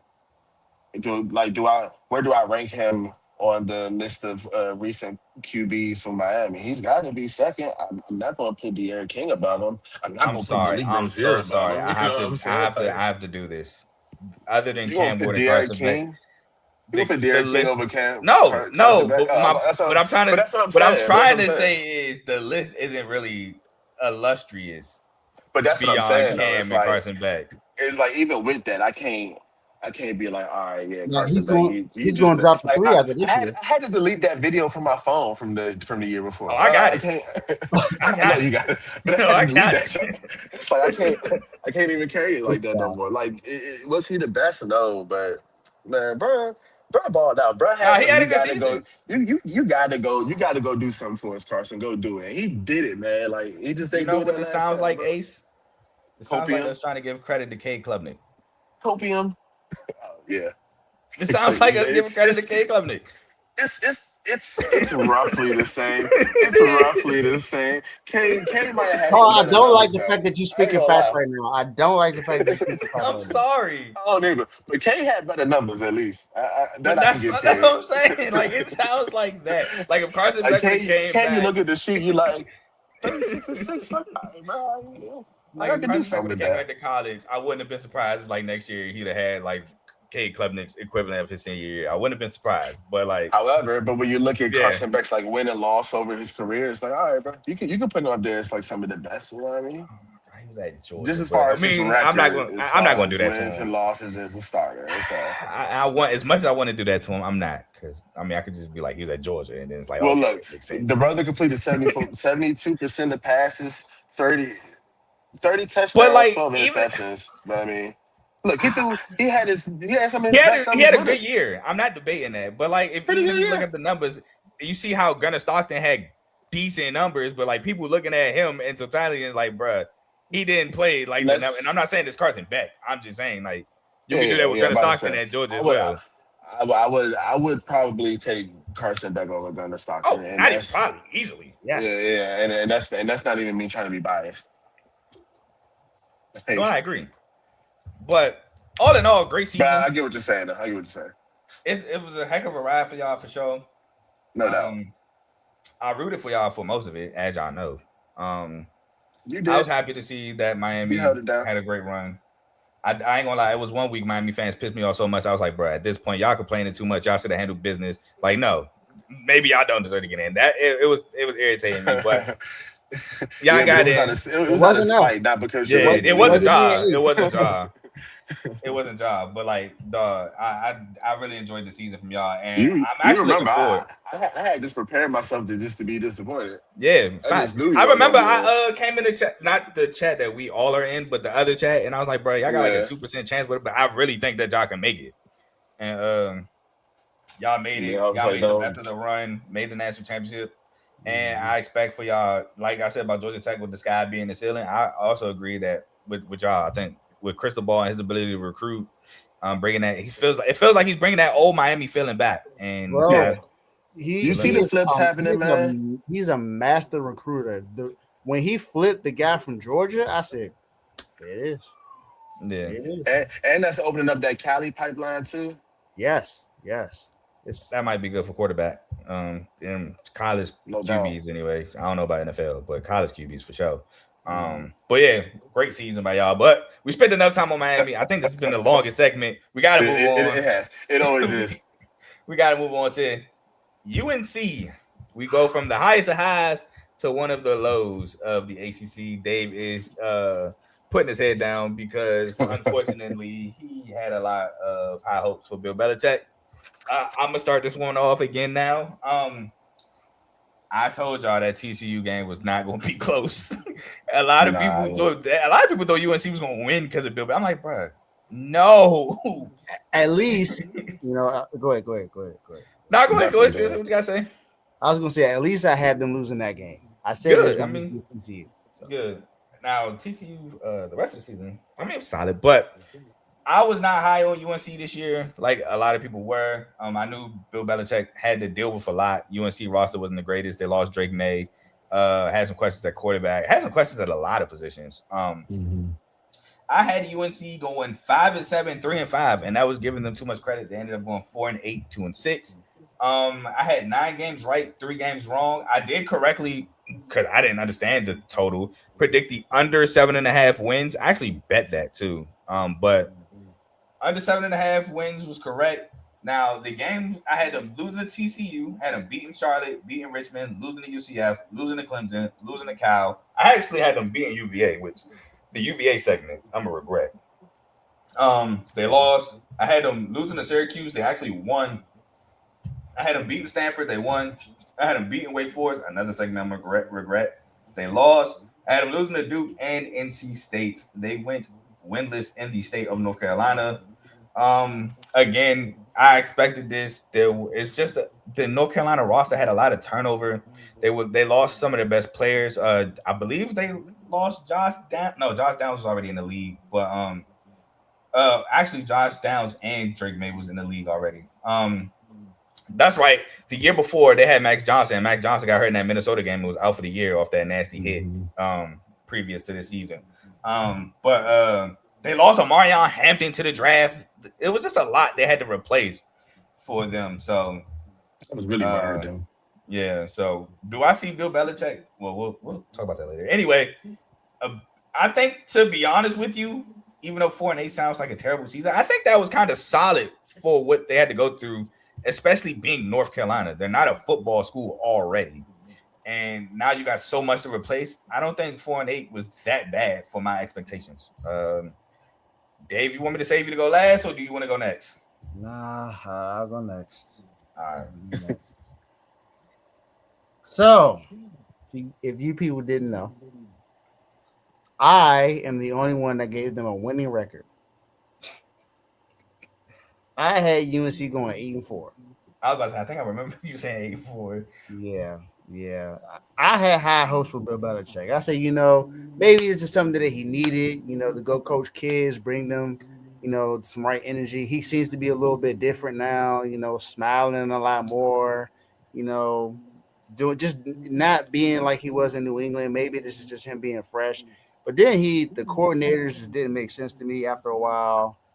I don't know. One of them, his son. His son was somewhere. Yeah, on the yeah. He both his sons. DC, I think DC, right? Yeah, Steve and Brian are both on the staff. So it's not just one. Both he got two of his sons on the staff. So I think he took him from Washington. Yeah, then Freddie Kitchens was the OC. So I mean, I rightfully predicted they would lose to TCU. They did. But I had them going 6-2 ACC play. It's all good, Dave. I'm telling you, bro, because I'm gonna get shot down too, bro. It's all good. Don't worry. We've been there, bro. Nowhere near the worst. Yeah. And I had them going undefeated in the state of North Carolina, and they went winless in North Carolina. Bro, it's all good, bro. They lost Tobacco Road for sure. Oh my gosh, Bill, why you do that to me, man? Why you do that to me? Hopefully this year's a lot better for you. Hold on, you don't want that. Don't forget you are a Miami fan still. No. I'm saying outside of us, but hopefully he has a better season out from last year. I'm not saying that they go 8-4 or 9-3, but at least get a bowl game this year. I don't even know if UNC even did good enough in the transfer portal again later. We'll talk about that later down the line. But I'm with you on that one. So but that's what I predicted for UNC, man. I mean, it's all good, Dave. I don't want to keep hurting myself right now because I'm hurting. I've done this for 3 years, bro. I've been predicting some of the highest of heights, and they were bad, bro. This year, Clemson, Penn State. I predicted Penn State to go undefeated and win the Big Ten. Somebody gonna make you look like a fool. Yeah, bro, it's all good. I know, but the warning signs were there. I neglected them. I do remember us trying to warn you. I neglected them all. I was like, nah, man, it's Bill. He gonna come and change life in UNC, and he ain't changed nothing.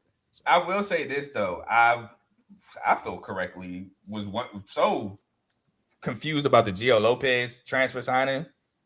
Didn't understand it. And I don't think it was a success there, but nah, I wouldn't say so. I tried to highlight it. I thought it was going to be something good, but yeah, I never understood that one, especially with Max Johnson. I thought Max Johnson was cool. I mean, he just got hurt. Let him. I don't know where Max Johnson is now. It's Bill, so that's something that he was going to do anyway. The insurance firm, I'm sure. He did it with Drew Bledsoe and Tom Brady. I mean, Drew Bledsoe was a baller, and then Brady. But those are kind of like similar quarterbacks in terms of skill sets. Max Johnson and Gio Lopez is like night and day different quarterbacks. Yeah. Gio Lopez is definitely like a scrambler. I'm gonna throw it up if you open type. But not you don't trust him to sling it for 2,500, even though he has done that. Yeah, he had a good year at South Alabama. Lefty, yeah. The option with him and Fluff Bothwell, I believe. So. Yeah, but again, look what he's doing. He's different offenses. Like option, you know what I mean? He probably would have fit better at Georgia Tech or something like that. For sure, 100%. A place that has that, but he'd have fit better at Wake Forest. Bill. Hey, him with that long mesh. I don't think they even do it anymore. They don't do it no more, but because they got what's his face. I do think maybe. I think maybe if he had Gus, I think Gus Malzahn probably would have did something like that. Yeah, him at Florida State with Gus, that'd have been kind of nasty. So, yeah, I would have been. Wouldn't have worked against us, but I mean, look, he's taller than Thomas Castellano, so that's true. Is he? At least I think. I'm about to say they might be the same. Same height. I think so. Actually, I'm about to Google it right. I'm about to say, is he? Let me see, because he actually might be. Castellano's might be the same height, if not like an inch or two apart. Well, this say 6 feet, so he's definitely 5'10". It's no way Joe Lopez is 6 feet. No, he's definitely 5'10". Oh wait, He's at Wake Forest. Oh yeah, he's like, look at that. He's at Wake Forest. Look at that. Literally, he's at Wake Forest. a place that's going to Well, really help his I talent. think Jake Dicker might turn him up because if you remember, Jake Dicker he had might Cam have and a John little. Mateer. He might have a little year, man. I don't know. Oh, but let me talk about North UNC. Carolina. So I had them going like 6-6. So not quite that much off from where Dave is, but definitely over what reality showed them. I think this is the one thing that we really need to ask when it comes to this team. At what point did Bill Belichick become single during the year? Is he still with that fine He's young still lady with. who we are I think he's sure still with her. loves him He's for still his with her. I think he's personality? still with her. He's still with her. So do we think that things get better? Or Bro, we know what that is, bro. well, yeah, it's true love. She loves him for his looks and his personality. That's exactly what this is. Yeah, And she's going to help him 1,000%. with recruiting, and Still stick with him through she's thick going and to thin. she's going to be the team mom and give them orange slices and Capri Suns at halftime. You know what I mean? It's gonna be great as long as she's around and he's happy, bro. Capri Sky's the Suns, limit. snacks. Yeah. Sky's the limit. But nah, you want to see was trash, man. I'm not even about to spend a bunch of time on them just because they have too much to figure out before they get back good. You know what I mean? Drake May ain't coming to save you, and there ain't another Sam Howell coming through there. Somebody need to call up Mac Jones, tell him, Mac Brown, tell him, hey, look, we know you like 80 or something. This other dude We is 80 sorry. and he tripping. So can you please come back and bring some just regular good old boy college football back to North Carolina and just give us 1 or 2 years and then we'll figure out the rest. But Hey, somebody need after to pay this, Belichick and get him Bill and got to his show sons me about something it. this year. Bill got to show me something this year, man. I'm not gonna feel lie. you. I kind of thought that his NFL experience and all this stuff would at least get them like 2 wins, and maybe it See, did. that's what I was thinking. But clearly it wasn't Different enough. game. It's a different game. Oh, Yeah, it is though. It is. I found out what Max Johnson is, by the way. Max Johnson is at Georgia Southern, so we will be watching him in some Sun Belt football, Ace. You will be watching them. It's like, Hey, nah, Georgia Southern be one of them low key schools. It is. Georgia Southern's cool, but I never want to see Max Johnson. And I never want to see Max Johnson ever again in my life. Dang, that's messed Max up. Johnson needs to be selling insurance, bro. dang. You ain't Bro, hear him he's say that earlier? He said it 24. like 2 minutes ago. He was No. like- 24, bro. he said Max Johnson probably had an insurance firm. Oh my god. Bro, who did Max Johnson come in with? He came in Came in with his brother. They both went to Texas A&M, right? Or was it Louisville? Then Texas A&M. Not Louisville. LSU. Oh, he was at and Texas A&M. LSU. Yeah, he was at Yeah, LSU. he was at at one LSU point. for a point in time, but I can't remember what came first. I think Bro, LSU might have came first. I think Max he did that Johnson Brian is Kelly. probably Yeah. This is going to be his 6th-year plan. 1, 2, 3, You'll be 4, fine. 5, 6. This is going to be his 7th year playing. But he got hurt He in needs like to go. 2 of them. 7? You need to leave. But you gotta think he got hurt in some of those years though. Yeah, he did get hurt. He got hurt. And then last year he didn't even play. LSU John, and he got hurt at North Carolina in the Minnesota game. However, Wow. however, let's think about what Max Johnson's best year was. Well, his best year was decent actually. All right, I was about to say it was probably LSU. all right. Yeah, it was probably all right. Yeah, LSU. Nothing. What's something before watching the UNC Nothing. game? There's nothing. Man, I think he's going They to fight at opponent. Georgia Southern. The opponent probably. Yeah, that's it. Not If they're them. playing somebody fire, it'd be a good game. I think to he'll be good. Nothing. He gonna be all right at Georgia Southern. I'm a tune in. I got you, Max.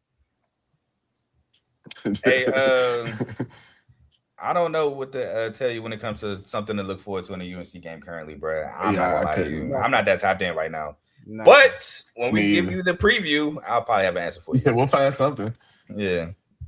But Dave, I know you said you had to leave after this, but I see that the UNC topic had you down.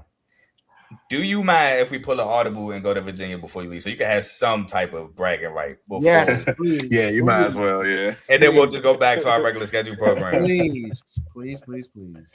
All right, so we're gonna pull an audible for Dave. Dave said he gotta leave after UNC, but UNC really got him down, so we'll go to the Virginia. Mind you, I am spiting myself to save Dave right now. So Right. Yeah. Yeah, you really saving them. I mean, let's end on a positive note for him. I mean, I can't end on a positive note regardless, Yeah, but well, it ain't positive for us either. yeah, that's what I'm saying. I'm spiting myself right now to do this. Yeah, because So, y'all definitely came at me because I was in the bruh, car. bro, I bro, crazy. we thought they was Now going through I remember, trash, boy. I remember. So that's what I said. I'm spiting myself here. But we're gonna pull an audible to Virginia. Um, yeah, man. Shout out Tony Elliott. An incredible year. Made the ACC championship game. Lost in the ACC championship game. I believe Chandler Morris threw a pick to lose that game in overtime. 27-20. Virginia kind of had that game won, if I remember, and then UNC did something to kick a field goal and force overtime, if I remember correctly, or maybe it was the other way around. Maybe Duke had that game won and Virginia did something to force overtime. That detail is kind of murky to me. But all I know is Duke won in overtime 27-20. And then Virginia went on to win the Gator Bowl in an ugly defensive slugfest against Mizzou 13-7. I had Virginia going 2-10, 1-7. So again, I'm spiting myself to save Dave because I had them winning one game in ACC play. The one game I had them winning was Stanford, which I got right. But nonetheless, they actually went the reverse. They went 7-1 in ACC play. I can't remember the actual. They went 10-2. So I literally was the anti-Virginia. They went 10-2. I had them going 2-10. They went 7-1 in ACC play. I had them going 1-7. So anti-Virginia here. Chandler Morris had a great year. Shout out to Jamari Taylor. I think this year put him on the map. He went to the draft. I don't remember if he got drafted actually or not. No, but Virginia actually had no players drafted. No players drafted. That sucks because they had Jonas Singer get drafted the year before. No players drafted. Yeah, that is trash. He's on the Jaguars right now, undrafted on the Jags.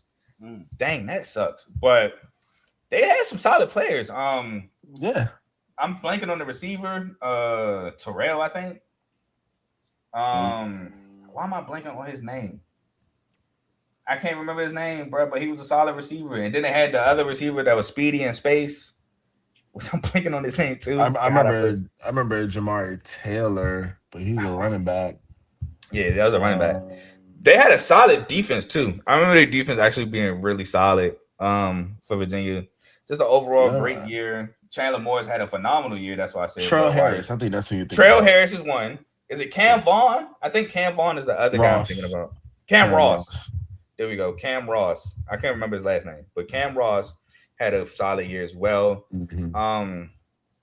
Chandler Morris, like I said, a phenomenal year. That's why I wish he would have went to the draft. He tried to get an extra year eligibility. I'm pretty sure he's firmly denied now.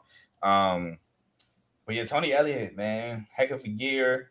He had very disciplined, very dog fighting of a team, and he deserves everything from last season because. And I do remember Dave pointing this out. This was like one of the more talented teams that he has ever had at Virginia. And he proved us right. So, Ace, I'm going to go to you so Dave can get all the bad stuff that we had overshadowed.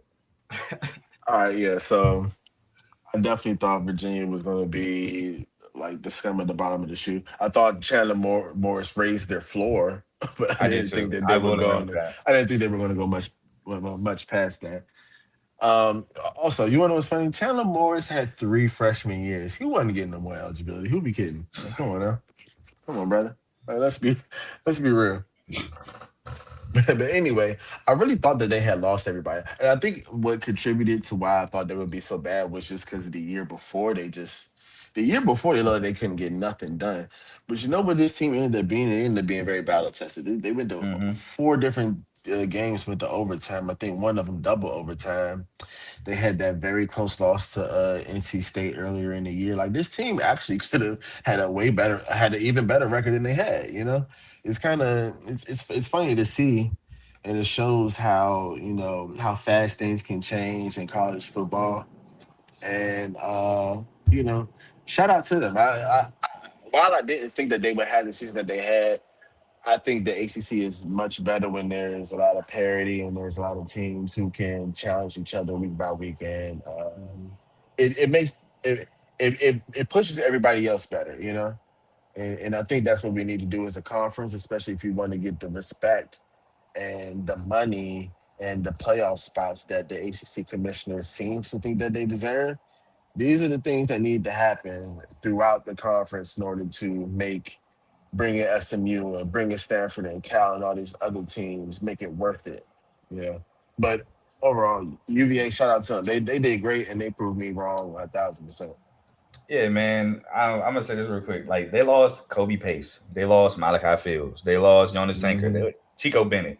Well, even though Chico Bennett was very, very disappointing at Virginia his last year, but they lost so much. I'm like, dog, it's tough to replace that. And you had UVA as well. But I will say that the NC State game was like the Jamari Taylor breakout game, in my opinion.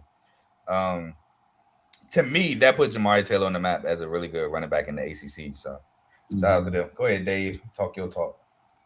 Yeah, so I had them going 7-5. I said that this was the best roster Tony Allen had since he became the head coach. I talked about what Chandler Morris did in North Texas. He had 37, almost 3,800 passing yards and 31 touchdowns at North Texas. And I said that I feel like that will bode well at Virginia. And I mean, to my surprise, they went 10-2. I didn't think they would do that well. I did feel like that they would at least be bowl eligible and win some surprise games. I had them going 4-4 the ACC play. I had them losing to FSU, Louisville, UNC, and Duke. I had them beating Stanford, Cal, Wake Forest, and Virginia Tech. Along with winning, beating William and Mary. Was it Charleston? That was Charleston College. Yeah, like that? Charleston. And Washington State. Those are the games I had them winning. I had them losing against NC State. Oh no, they played Coastal, not Charleston. Coastal Carolina. Oh, Coastal Carolina. Sorry, yeah, Coastal Carolina. Had them losing that game, bro. Oh my god. And wasn't that the NC State game the game that didn't count as the ACC game? Yeah, that game did not count towards ACC record. So, it was just so weird. That's the funny stuff we was talking about that need to be changed. Yeah, because they would have put them as an extra ACC game. Mm-hmm. Yep. So, I mean, because if that would have been an ACC game, we would have been in. Yep. So I'm just glad that I got. They wouldn't have. I think. Remember, Virginia went 7-1, so they'd have just been a part of the tiebreaker with y'all. Oh yeah, you're right. And then they would have had a half a game because it was an extra one. So. Yeah, well, I keep trying to spin it in my favor. Well, we ain't got to worry about that this year. Hopefully not. So awesome. I mean, shout out to Chandler Morris and Tony Elliott in Virginia. Like I said, I felt like that they would have a good year, and they had a great year. So phenomenal. Shout out to them. You know what else was the Jamari Taylor coming out game, Carl? FSU. That was that Johnny had like 30 carries. Oh, yeah, and he just kept. That was literally the next game, I think. I feel like everybody had a coming out game against those guys. Yeah, other than Alabama. Yeah, that Jamari Taylor definitely had a game that game. But yeah, Dave, you were the only one to have the over 6.5 wins. You had it right at 7, which is the hook. Me and Ace both had under 6.5. So we talked trash, but you got the last laugh on that one. Any last words before you sign out? Hey man, I always appreciate coming on here, being able to talk some college football, talking about the youth, talking about the ACC. I don't get this many opportunities to get on another show outside of mine or the regular R2L show.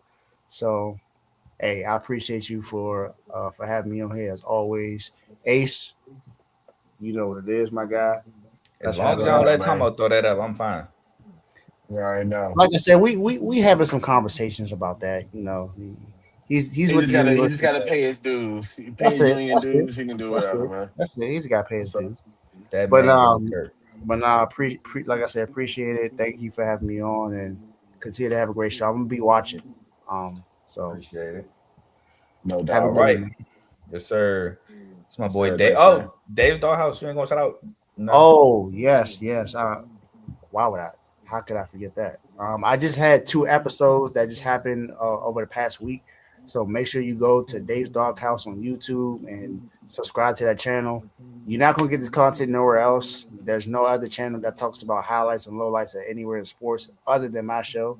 So you want us to know what's going on as far as who's playing well and who's not, or who's doing well and who's not. Look at Dave's Doghouse. We're up to 188 subscribers right now, 12 away from 200. Just get your boy there. Just get your boy Yeah, there. man. Get us to Got 200. another episode that's going to drop tomorrow. So look out for me going live tomorrow. More likely to be like around maybe 12 or 1 o'clock. So watch out for Dave's Doghouse tomorrow. We got Game 7 tonight with the Detroit Pistons and the Okay, there you Cavaliers. go. So just know somebody in Yeah. that game is going to be talking. Just had to bring my nerves back up. Somebody Carl in might that have game a will be heart talking. attack. Don't know who, but somebody will. So, like I said, appreciate you again. Subscribe to CTC if you haven't already, and subscribe to Dave's Doghouse. Thank Yes, sir. Sir. Yes, sir. Appreciate you, Dave. you. Y'all have a good All one. right. Man. Yes, sir. So Bro. we got what, about 6 teams left. We're gonna Something go like that. back to NC State. NC State, this one I almost got perfectly correct. I got one game wrong in this season. The only game I got wrong in the NC State season was the Florida State game.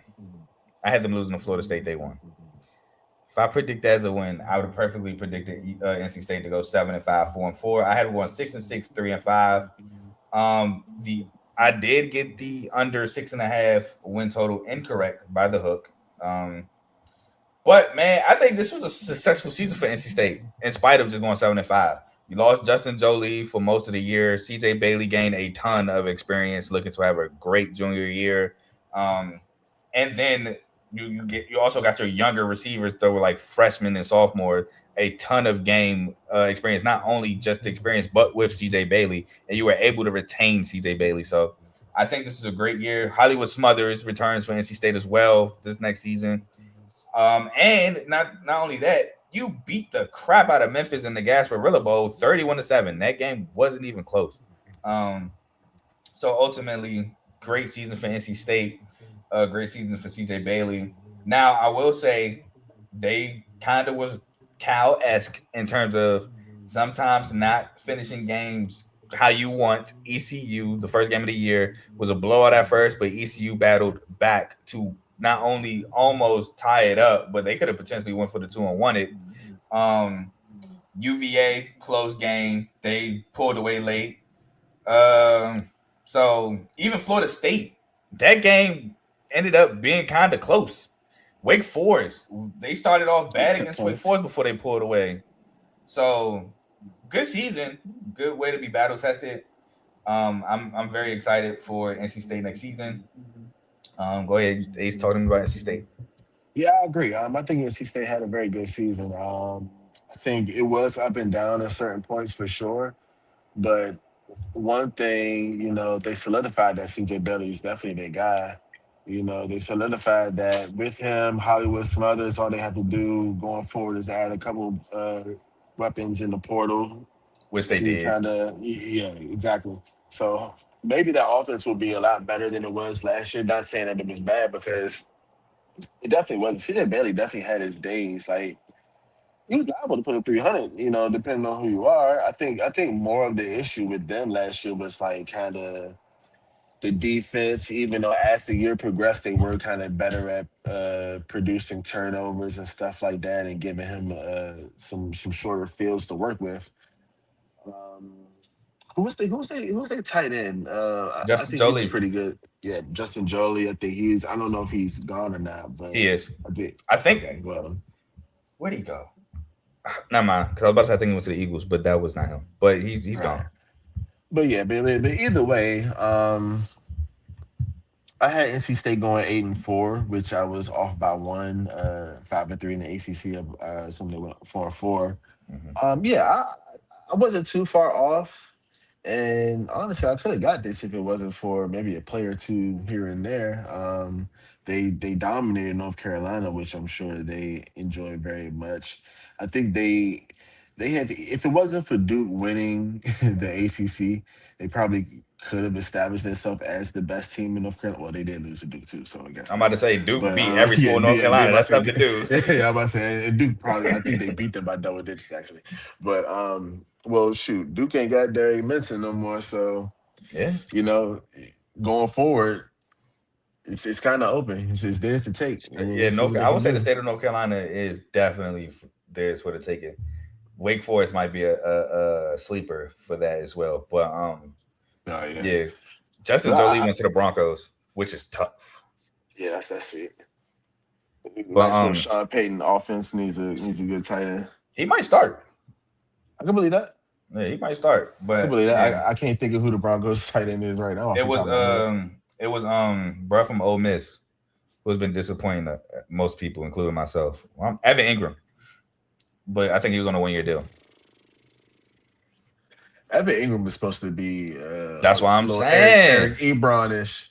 That's what I'm saying. Like, he's been disappointing. Yeah, that's facts.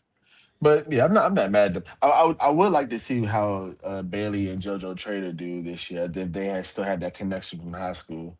Yeah, That's I gonna be didn't even know very they played interesting to together. see. But It was him, Justin Jeremiah Smith, and JoJo that's Trader. tough. That is Bruh, insane. Shamanov like that, boy. Bro, if I Shamanov gotta was come going out of algebra and play them, bro, like, dog. Bruh, I'm telling you, like, do you ever just sit and watch you should go on YouTube and just like watch recaps of those Florida games, like them jumps that they be doing on ESPN and all that stuff, bruh. They be balling, cause I'm telling you, and like the 707 jumps, like I do be seeing the it's so 707. tough, bruh.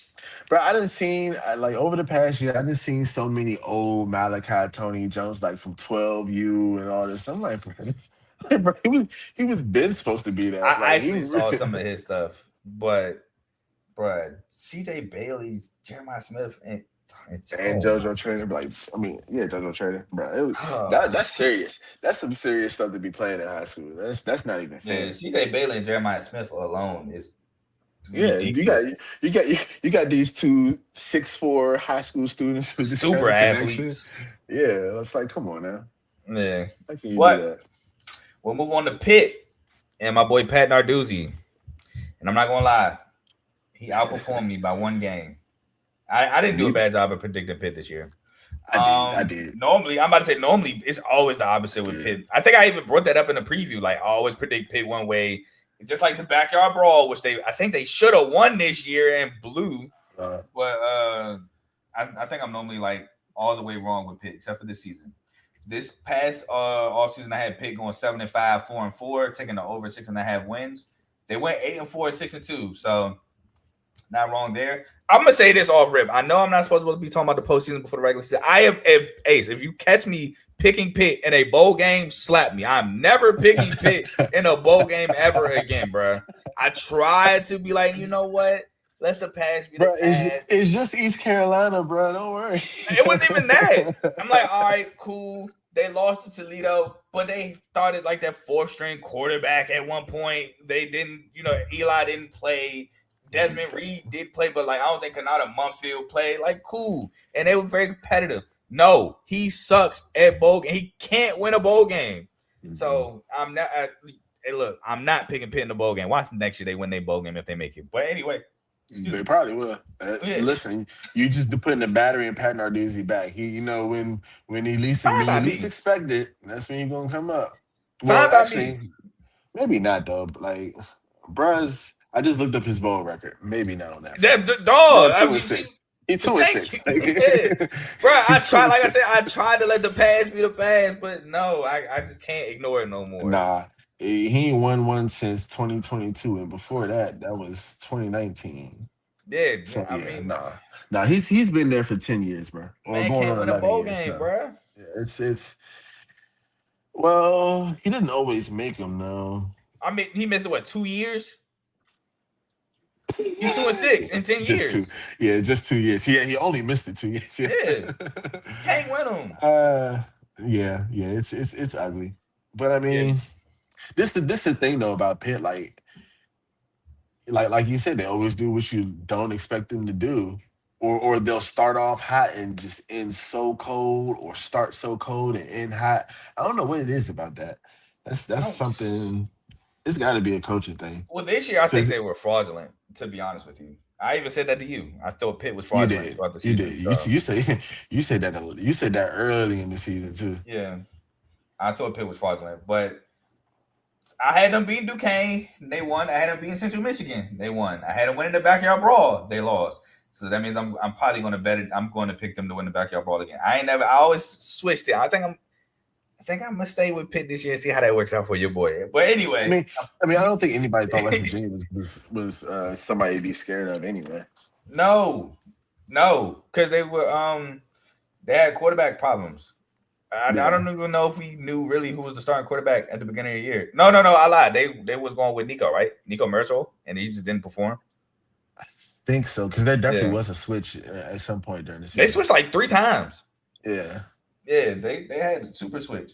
But I had them losing to Louisville. They lost. That was a game that they should have won. They allowed Louisville to come back and win that game. I remember they was up early on Louisville. Kyle Louis, I think, had like a pick six in that game. They lost to Florida. No, I had them losing to Florida State. They won. I had them beating Boston College. They won. Flip it because I just said it in reverse order. I had them beating Boston College after Louisville. They won. I had them losing to Florida State. They won. I had them losing to Syracuse. They won. I had them beating NC State. They won. Had them winning against Stanford. They won. I had them losing to Notre Dame. They lost. I had them losing to Georgia Tech. They won. Had them. Oh yeah, that's right. I don't know why I picked them to beat y'all, but they lost. Again, I had them going 7-5, 4-4. They went 8-4, 6-2. I had 7 games right, 5 games wrong. They lost the Go Bowling Bowl 23-17 to ECU, a game where every time they got some momentum, they threw the momentum away. They went and scored a touchdown. I believe they gave up a kickoff return like right after it. Went and scored again, gave up a deep bomb to Anthony Smith. Like, dog, they just did not want to win the game. I don't know what it was. But go ahead and talk to me about Pitt. yeah. So I had Pitt going 4-8 last year, 1-7 in the ACC, and I had them being so bad just because I thought they didn't have really any depth. I'm not a crazy fan of Eli hosting, to be honest. Mm-hmm. So I kind of looked at that team as like, all right, I mean, he lost his that, job. He yeah, did but lose his job. to a freshman at that, to a Yep. freshman, which makes it worse. But I mean, I think that freshman definitely gave them a lot of juice, though. And when he came in, it did seem like some things were changing. However, Mm-hmm. who he reminds me of Who, the in a freshman or way, Eli? the freshman. You might already think of who I'm going to say because I've compared somebody to him before. I'm lost. Go ahead. Calandria, another Ah, gunslinger. my Yeah. boy. He reminds me of Calandria, just another young gunslinger. And he Yeah, like, man, I'm a yeah. Brett Favre it out and see what happens. And Speaking of Calandria, it worked out. UNLV, right? That's where he ended up. yeah, and then he told UNLV, "I'm not transferring again. I love it here." The transfer portal was a tough process, and ended up transferring to Nebraska. Hey man, people want to play big boy ball, man. I don't know if I It can worked blame out them, because but what's it, Raiola left, yeah, but right on the left, yeah. I'm about to get off topic, but we can talk about right on the later. oh, he'll be talking about Yeah, next episode. yeah, but overall, I just thought Pitt defense just wasn't great. They weren't finishing well. Quarterback issues. I think they had a lot of injuries too at certain points during the season. I think Just Desmond Reed wasn't. ended up getting hurt, didn't he? I Running want to back. say so. I want to say so. But really, I think once that Notre Dame game happened, it was just like, all right, bro. Like They exposed him. they, yeah, because they beat on them, and they beat on them early. You know what I mean? So it was just like, all right. I think that's where he lost the team, and then after that, when we came into town, they knew that we was going to try to run it up, and they just I let mean, us. shout out to them though for recovering against Georgia Tech, but I feel like that was more of a Georgia Tech loss than a Pitt win. Yeah, because 42-28, Pitt isn't 2 touchdowns better than Georgia Tech No, at all. If anything, I'd put more money on Georgia Tech being 2 touchdowns better than them. literally that was the spread, and that's Yeah, it's ridiculous. But yeah, man. overall though, like respect to Pat Narduzzi, because he is a guy every couple of years he gonna build him up. Like, you know what I mean? He'll build him up and 2-3 years down the line with the draft class, he'll have those boys ready to perform in some big time moments, but it just never comes quite together all the way. Who Yeah, knows how much longer he's going to be there? I Definitely can't think have I another think he one of kind those. of I think he kind of solidified. Because I mean, not for nothing, he did make a New Year's Six Bowl at Pitt. They lost to us, I mean, but yeah, he did make it yeah, with but and the ACC championship game. I think they won the ACC championship with Kenny Pickett, yeah, Kenny they Pickett and did, Jordan they Addison. did, they did. Yeah, Yep, that fake slide. that was intense. First of all, how do you Bro, even pull that off in college? Once you touch the ground, you're down. but he didn't. He didn't. He kind of like fake just. And then he slid, but his shin or nothing never hit the ground. Yeah, He just that he is just insane. dragged he just drug his foot and then picked Yeah, it back up yeah, and I started remember running. that. Yeah, Well, that you was can't do that insane. no more because they changed the Yeah, rule they because of that. literally But because of that they banned it. yeah, Because I and mean, if somebody would have knocked that his one block move off, set Pittsburgh back 3 years. But yeah. whatever. Because if somebody would have knocked his block off, y'all have been crying like he slid, that's a flag. No facts. No, hey, he really should have because Cuz did let up. He He let up. did let up. He should have knocked. I ain't gonna stand the Kenny Pickett because Shout out Kenny Pickett. anyway. Anyway, man. This ain't the show for that. Just shout out Kenny Pickett. yeah, say the time. But I'm gonna say this before we move on. I ain't gonna lie. The reason why I was a little higher on Pitt was because of Desmond Reed. To be completely honest with you, Desmond Reed the year before had an amazing season, Yeah. and I can't not give Eli Holstein some credit as to why I thought Pitt was going to do well because he came in. Funny enough, for I'm blanking on dude name that started the year, and he actually did solid. Dang, who was their starting quarterback before Eli Holstein? Desmond Reed definitely got hurt though, right?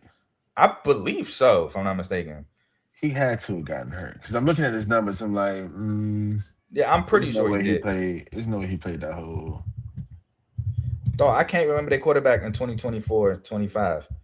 He got picked up by the Bills too. Yeah, shout out Desmond Reed. Yeah, he had to leave. Who was their quarterback? Because Eli Holstein didn't come in the start of that year. Actually, came out of nowhere. 2024 season.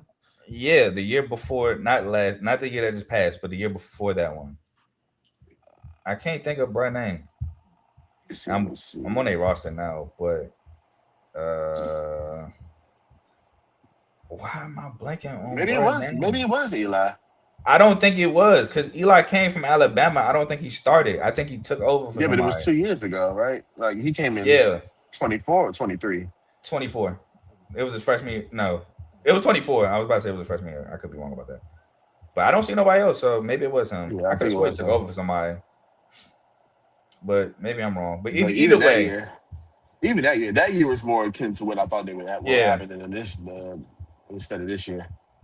Yeah, either way though, I mean he lost his job, so it is what it is. But we'll move forward. We'll move forward to SMU. SMU, man. SMU had another I would call it a successful season. Could have had an ACC championship experience appearance. Repeat. Blew the game against Cal. They went 8-4, 6-2. I had them going 10-2, 7-1. The only ACC loss I had for them was Clemson, which they won. The other game I had them losing was TCU, which they lost. So I predicted 8 games right, 4 games wrong. The 4 games I had them predicted wrong. The Baylor game. They absolutely collapsed at the end of that Baylor game. They were up 2 scores in the fourth quarter and collapsed, and Baylor kicked the field goal to win that one.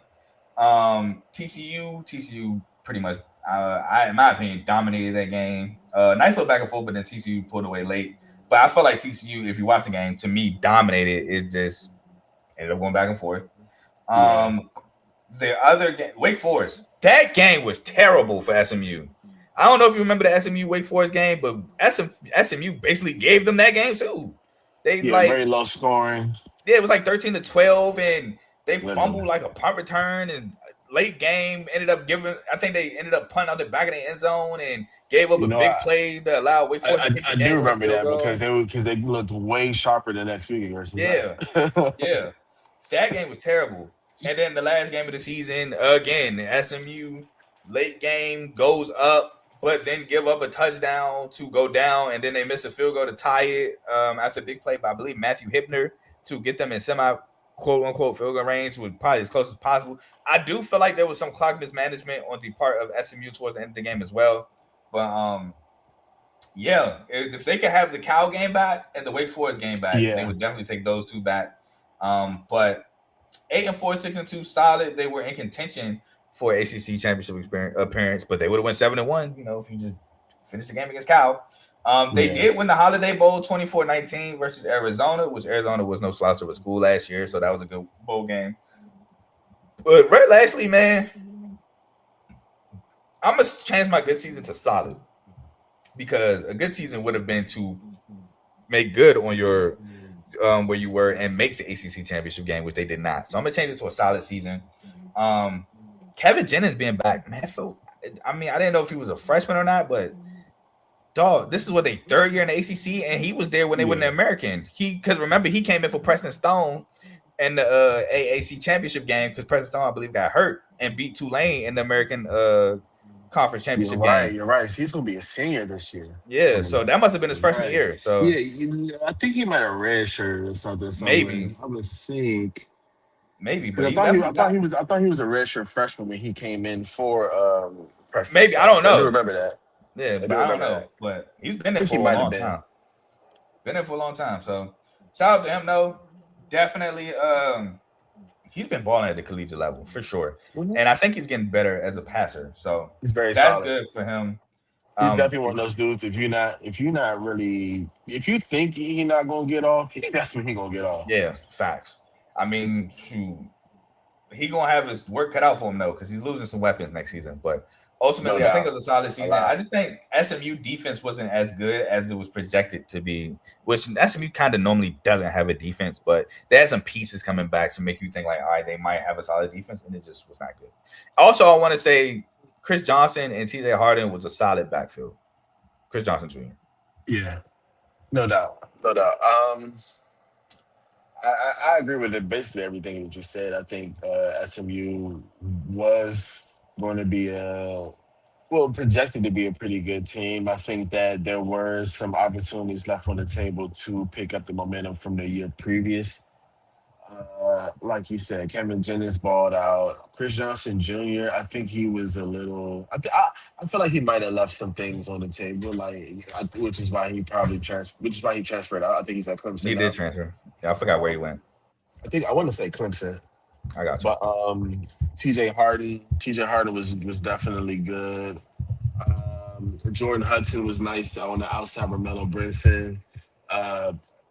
I think the main difference between the year before last and the SMU team last year is definitely that front seven, because they lost a lot of that elite talent that was getting home on a lot of those rushes and helping them create the turnovers the year before. And that kind of changed a bit. Mm-hmm. But beyond that, they were still opportunistic. They were still pretty aggressive as a defense as a whole. I think their secondary was really where they took another step forward. Like the front seven may have regressed a bit because of the talent, but the secondary was still really good, arguably better technique-wise and everything. So, I think like you said, I think it's a solid year for Rhett Lashley out there. I think that he definitely has a good thing going with the program, and he is he's making his stamp on probably definitely being one of their better coaches in their history. For sure. If not the best already. All right, two things. I really like Rhett Lashley. Two things. One, the quarterback I was thinking about was Nate Yarnell. That's who was the starting quarterback. Nate Yarnell. Yeah, he was terrible. Nasty name, Paul.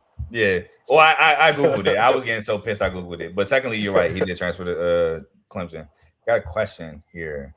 Who do you guys think are the impact freshmen on both defense and offense this year in terms of making the same impact that you saw Malachi Tony make for the Canes last year? Wrong show. Appreciate the question, but this is a review of last year. We definitely do previews, so stick around and keep that question in mind, because right now we haven't dug into like rosters or anything for next year, but we do previews in like July and August. So definitely stick around and we'll have an answer for your question. But right now, we're just reviewing everything that we talked about in the preview. But we do. Go ahead. But yeah, I can give you a quick answer. I'll just tell you a name that I think you will have to keep your ears out for, because he's somebody who will be making a lot more plays. Joshua Moore. And this is the Miami fan, so shout out to Ace for being here. So I ain't gonna lie to you, I'm not really tapped into college football for the next year like that.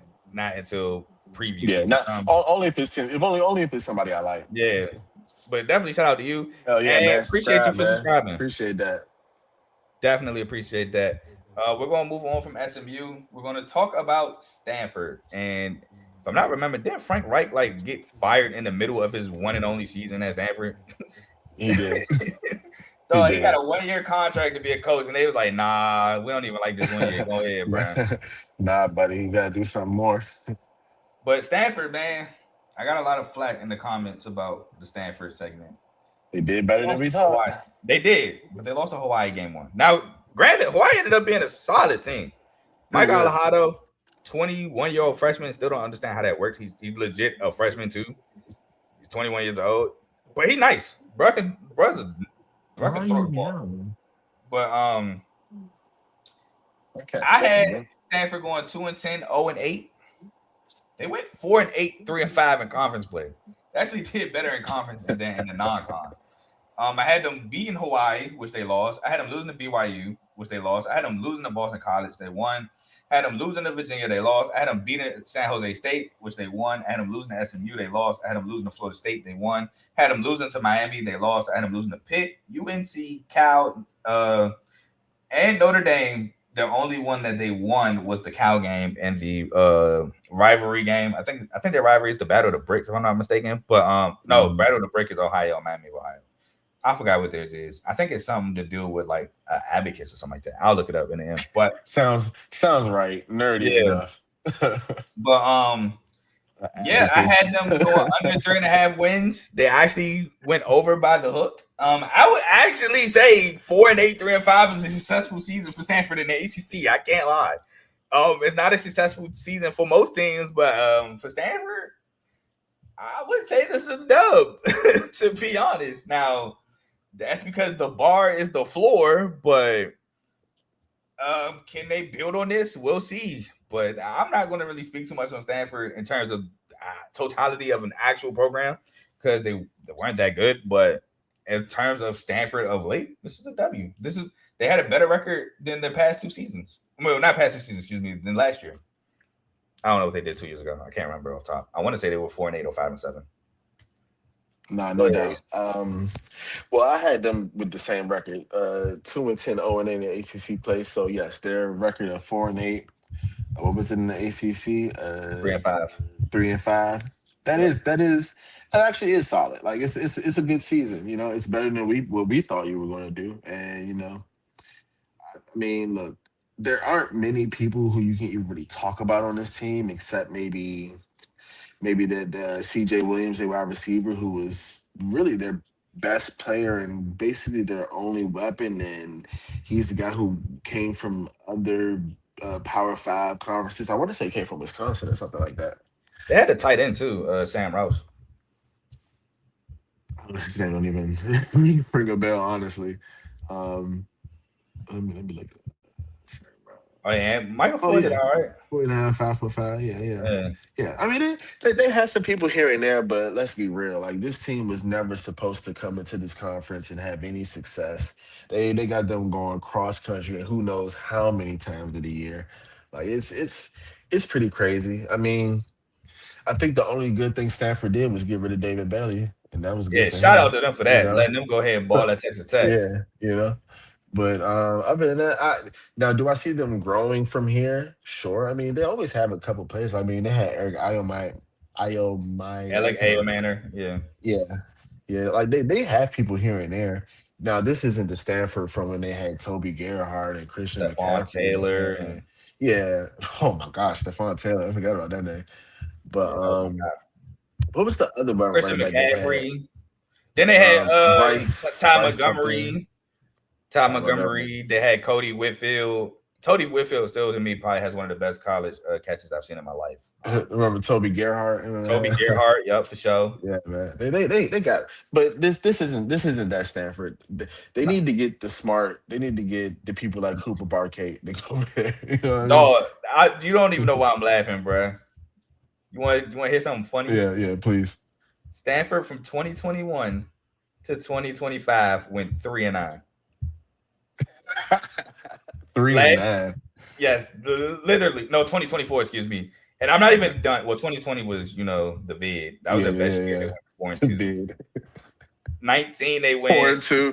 4-2 playing against co-eds. Yep, bruh. They have literally last year has been their best record since the vid. Other than that, they have always finished 3-9. Well, we know what to rank them next year in the preview. But that's what I'm saying, bro. Like, dog, this is their best year in 5 years, and it's 4-8. That's why I said this is really good for Stanford. Yeah, it is a step in the right direction. It might be half a step, but a step nonetheless.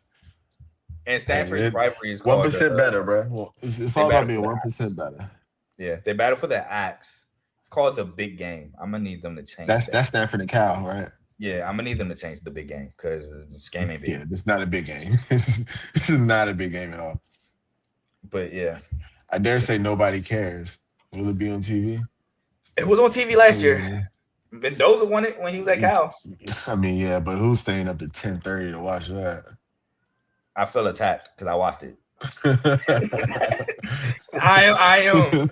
Well, you're invested. What I'm talking about. I definitely feel attacked. So I am him. He is I and I am him. I can't say what I wanted to say, but yeah, they gotta pay extra for the profanity. Sorry. Yeah, we get on that. But man, I'm definitely the people that you are talking about. But that's why I said the bar is the floor with Stanford. That's why I said it's one of the best years that they had.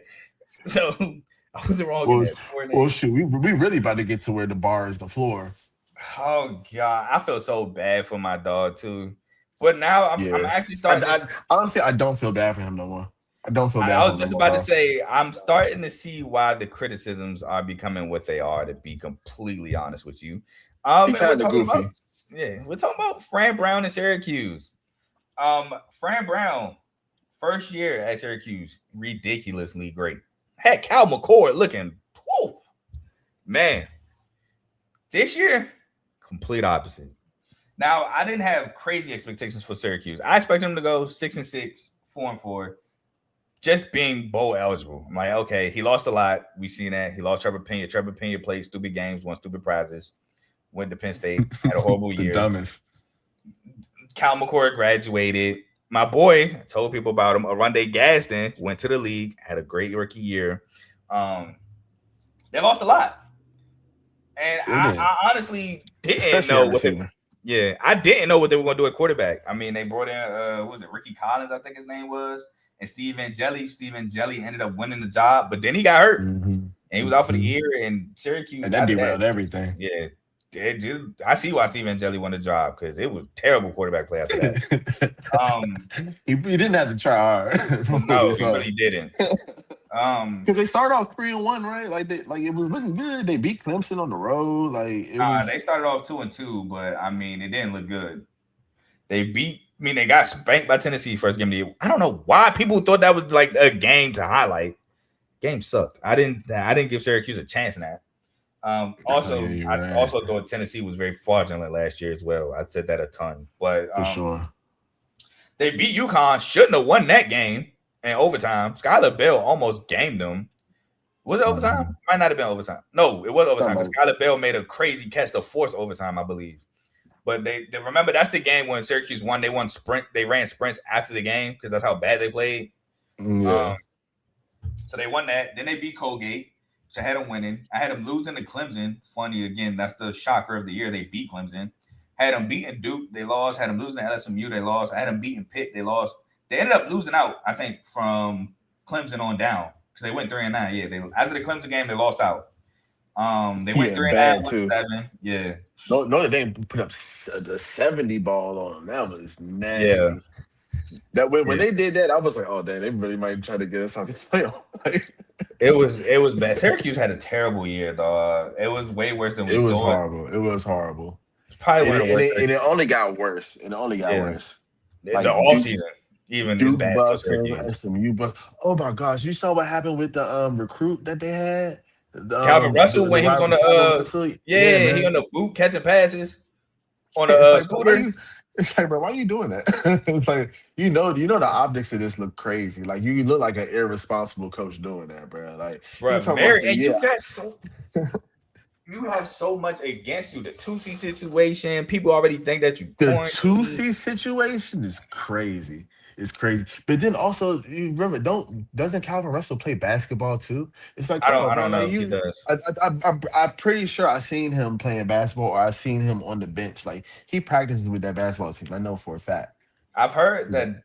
Oh, actually, matter of fact, I don't know why I said that because I thought allegedly that's how he got the Achilles injury playing basketball. Am I wrong? That would be even worse. I don't know if I heard I that. don't think I it was didn't. at Syracuse though. I don't think he got it I think he got it like previous or something. I could be wrong. That's what I I said don't know how. allegedly. I don't know how he injured himself, but all I do know is I saw him on a scooter, and for Yeah. him and Fran Brown doing some kind of exercise. I was like, bro, this Yeah. dude's a clown, man. Yeah, I'm about That to say a dude's a lot of people clown. are calling him goofy, and I was a Fran Brown supporter, and I'm not gonna say was because I still am, but I can see the other side now, 100%. Yeah, I'll say that. I am, but he's a little bit too much for the shenanigans in my Yeah, opinion. I'm not gonna I lie. can definitely see the other side for sure. But yeah, that's all I'm gonna Yeah, say, bro. Terrible yeah. The season, cat do be talking, man. I'm sorry. She's very vocal. very terrible season. Um, I don't know what to expect for next year, like I said, because we're in our off season talking about last year, and I don't even remember Syracuse doing a good job attacking the portal or anything. But go I don't ahead, think they Ace. did. I don't think they did. Yeah, I had Syracuse going 5-7, 3-5.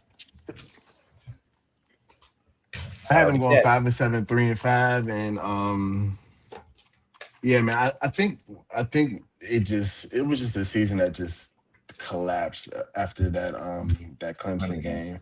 As you can see, like, and I think that really just because of the quarterback situation. Once he went down, it was like, they kind of not gave up, but I mean, even their defense. I mean, they were giving up close to 35 points a game, man. It's like you can't do that at this level of football, especially with the way that you talk to the media. Not that he talks to the media, but the way that he talks in the media, Yeah, the way that he portrays this cool, calm, collective, like.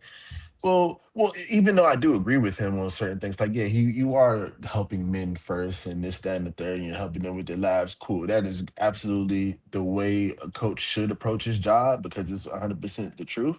However, we cannot neglect the fact that you're here to win games, my boy. facts. And you're also here to make it look a certain way too. Like, you can't deny the optics of what you're doing with Calvin Russell because I guarantee if this kid doesn't play next year or he gets hurt or anything, oh bro, they on your head. Then you Yeah, entertaining even though all these things have nothing to do with the season. I think it just further puts it's a into distraction. yeah, it puts in perspective what went wrong with the season. Yeah, it gives people a way to kind of attack your program, and you Yeah. kind of don't want to give people ammunition. Definitely when you're not already not a football school, you know. Yeah, that too. Shout out It's like Syracuse, by the you way. already got half a leash.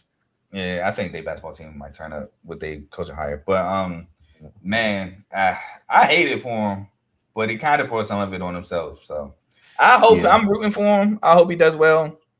I hope he can kind of regain that spark of his first year at Syracuse. We'll see, because I mean, last time, I mean, his first year, a lot of people, including myself, didn't expect much, and then Mm-mm. boom, 10 wins. So hopefully he Yeah. can regain that spark. So, but we'll I don't move know. on. I think Kyle McCord had a lot to do with that, and I do too. I But I don't think we mean, need another one of those. but that's what I was about to say. I think you can find another Kyle McCord, because Kyle McCord with Jeremiah Smith and Marvin Harrison Jr. was not that Oh yeah, that's true. That's not that great that's in true. terms But of but I don't know. I don't know if that's. I feel like Kyle McCord at Ohio State suffered a lot because of the system, not always because of that could be his a thing. I talent can definitely, yeah, necessarily.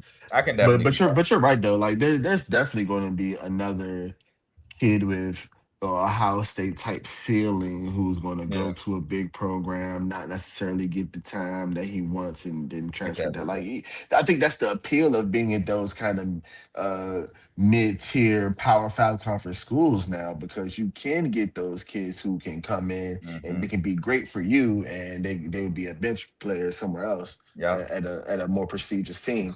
Yep, exactly. I Hopefully, he think can they can leverage find another that. Common Core. I think he can.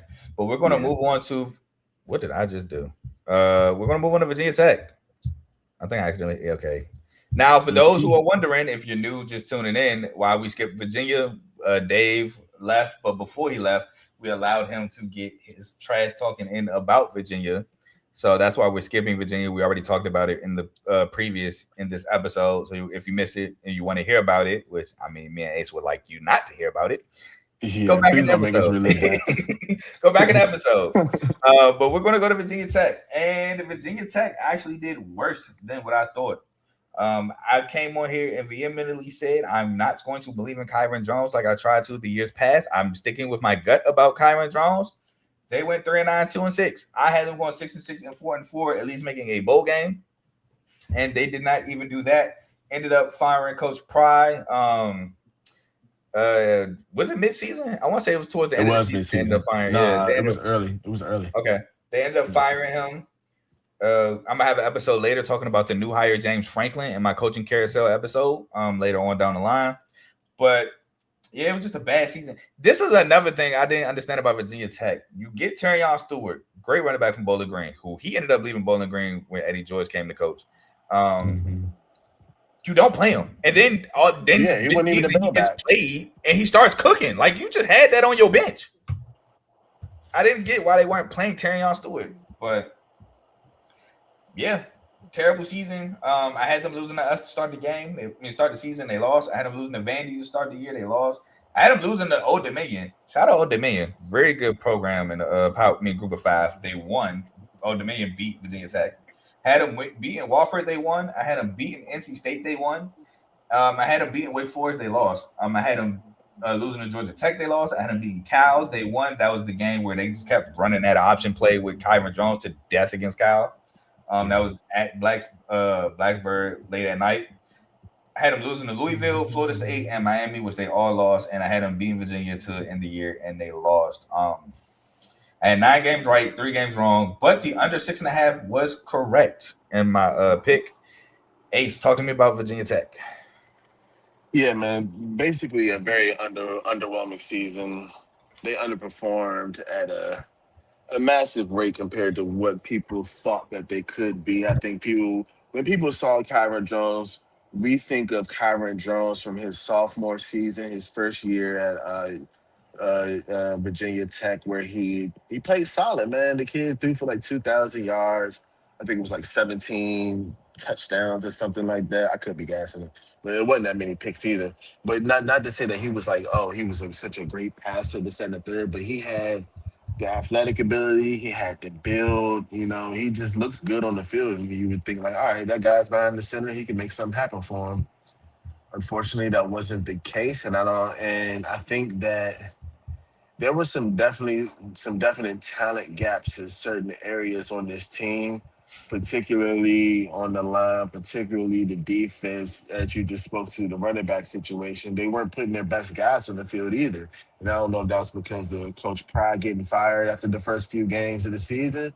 I don't know if it's because, Philip Montgomery coming in and how he wanted to run the team, or what his position on the staff was before he became the interim head coach. But it was a epic underperformance. Probably the team that underperformed the highest of any of them that we previewed. I still get at Clemson.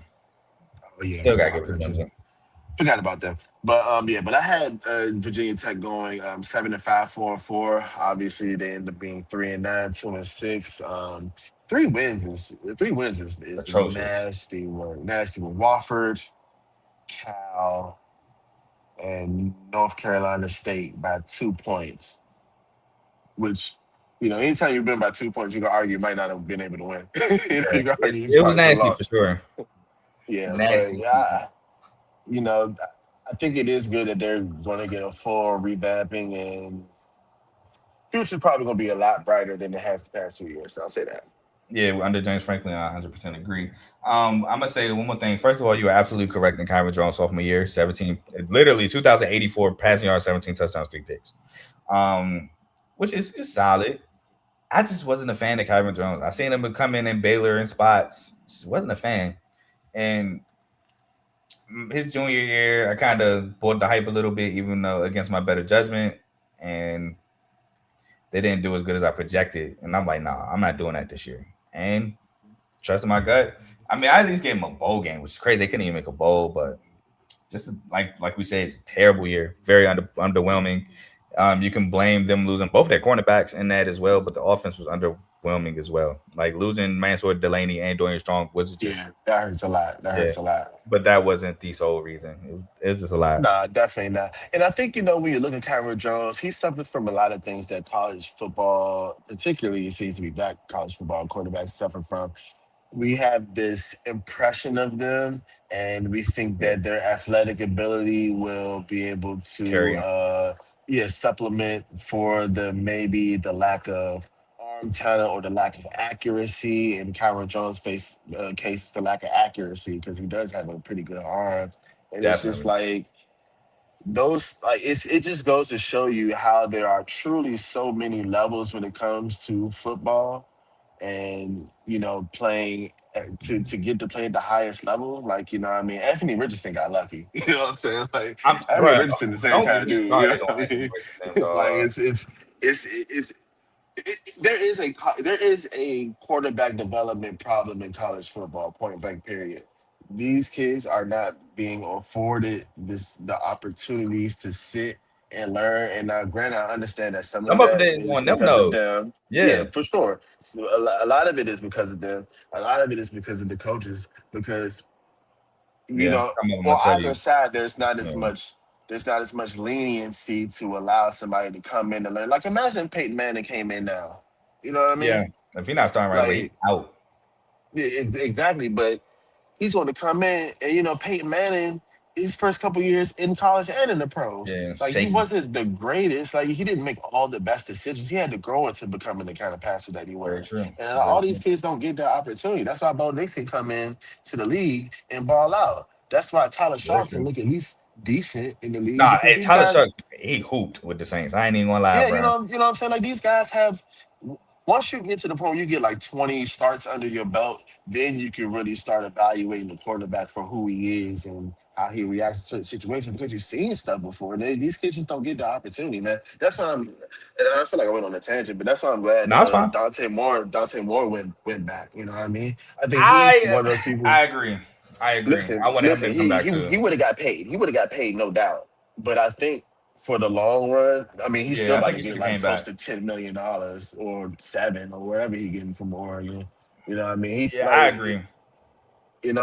we have to normalize letting these kids grow up a bit True. more. Now I agree with what you saying a lot, and a part of it I think is due to NIL kids saying, "Hey, if I can't start here, I'm gonna just go make my money and start somewhere else." Part of it Mhm. is coaches telling you, "Hey, you might want to leave. I got a guy coming in next year," and part of it is kind of how the microwave of college football is now. Like they want instant results, and coaches feel the pressure Yeah. of that, and they feel like if I don't give results within 2-3 years, I might get fired. So Mhm. they feel the pressure and not allowing a kid to grow and develop. So I definitely agree with what you're saying, No hundred doubt. percent.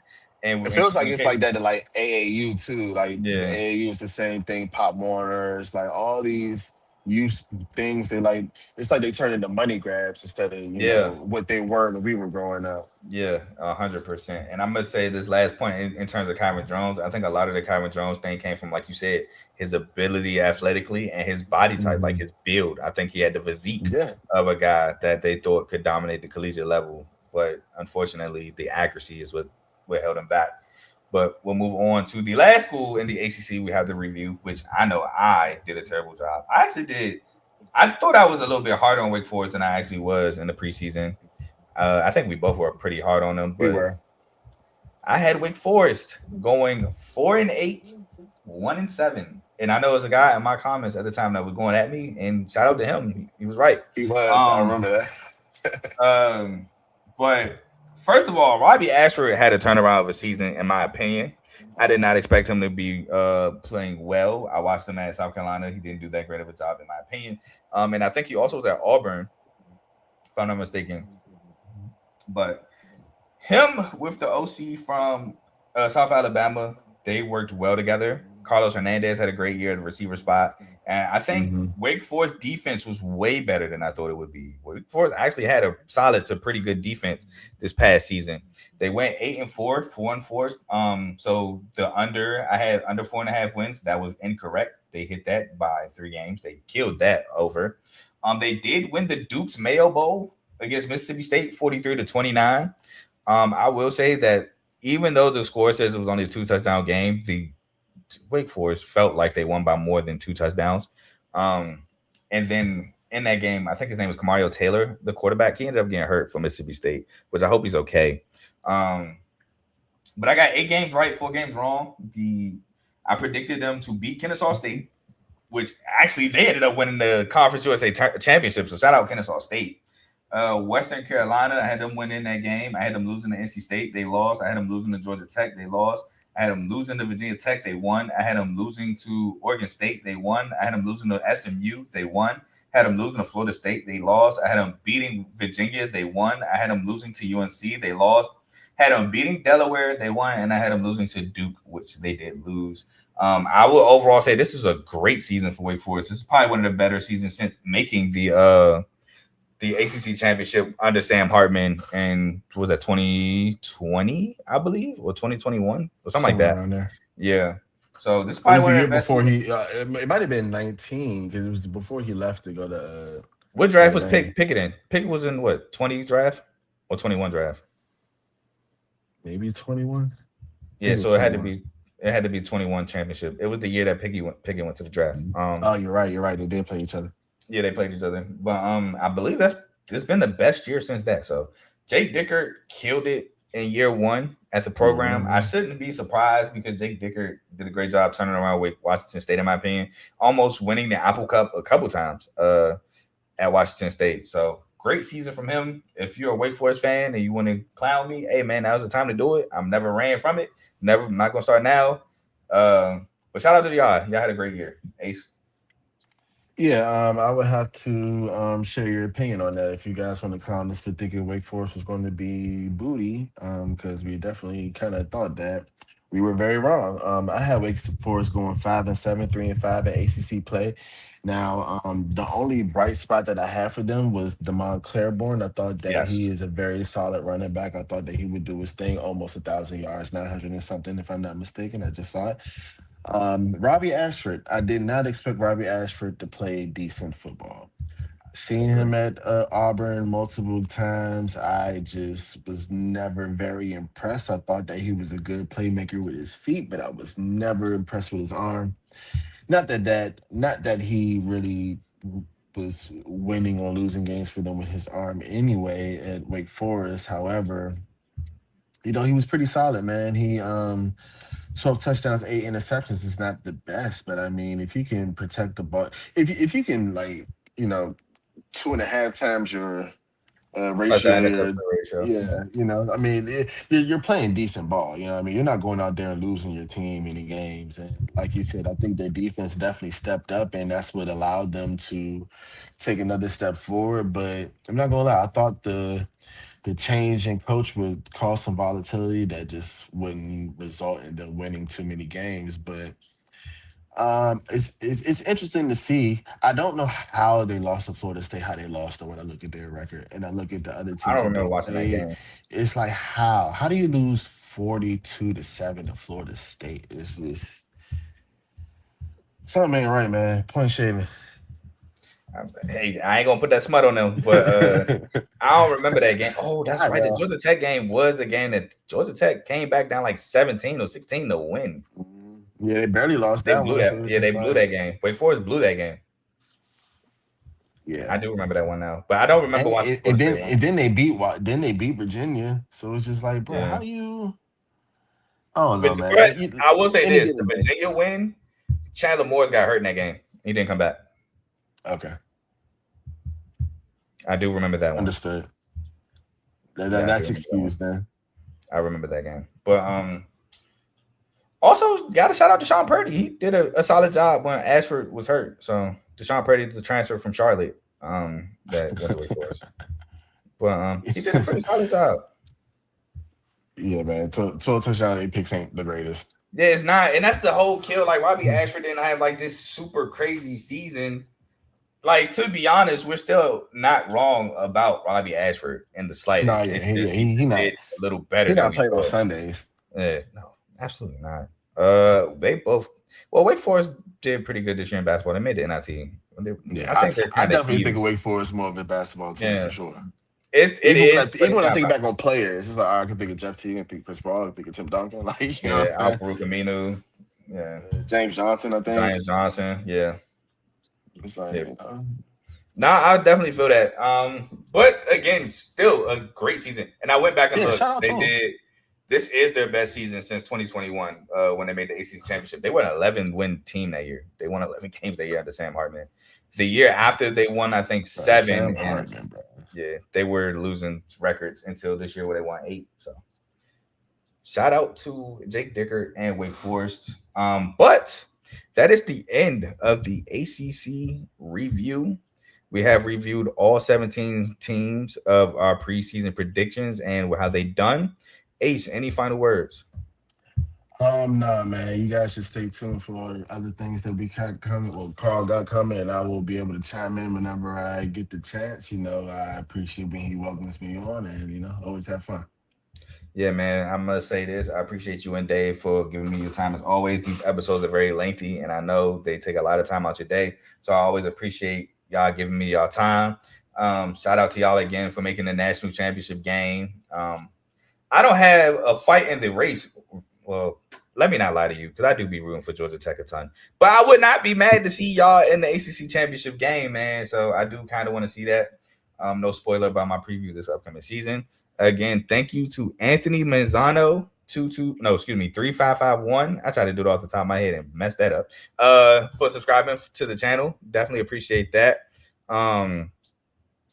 With that being said, I will be back next week. I still got to talk to Trent about a date because Trent was with me on a Big Ten preview this year. So I'm trying to get him to come on for the Big Ten review, but we haven't got a solidified date for the episode. But it should be this week. If he can't do this week, I'm going to just skip the Big Ten and come back to it whenever he's available and go to the Big 12. I did the Big 12 SEC and the Group of 5 by myself, so I can do those on my own time. Ace, I also want to tell you, we got somebody new that might be joining the show, man. My boy Griffey. Oh yeah. He asked me, he was like, when I brought up Robert Henry with UTSA, he was like, I watched him. I watched the Group of 5. Like, he was like, yeah, he a USC fan.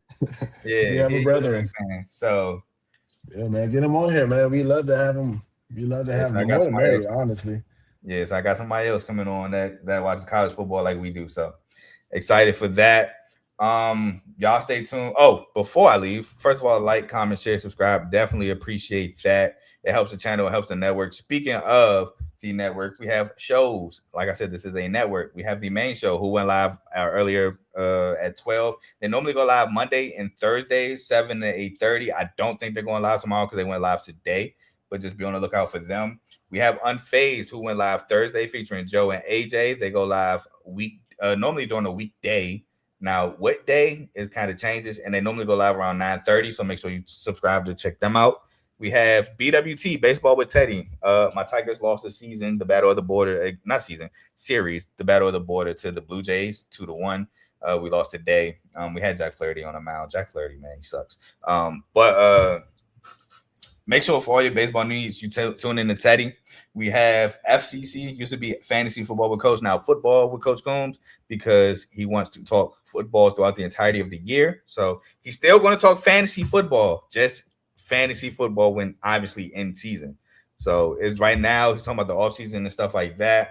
We have RBO, Real Ballers Only, featuring Vaughn, NBA show, where he's talking about the playoffs as we speak.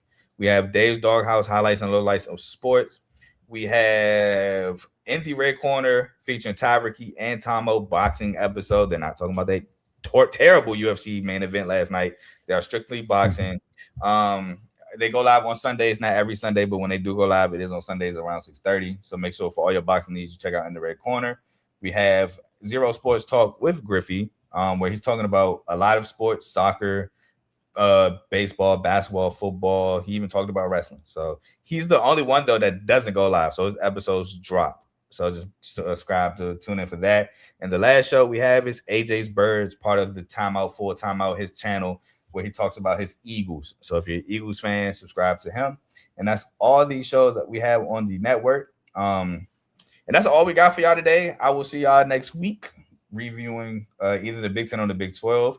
But I'm gone. I hope y'all enjoyed the episode. Peace.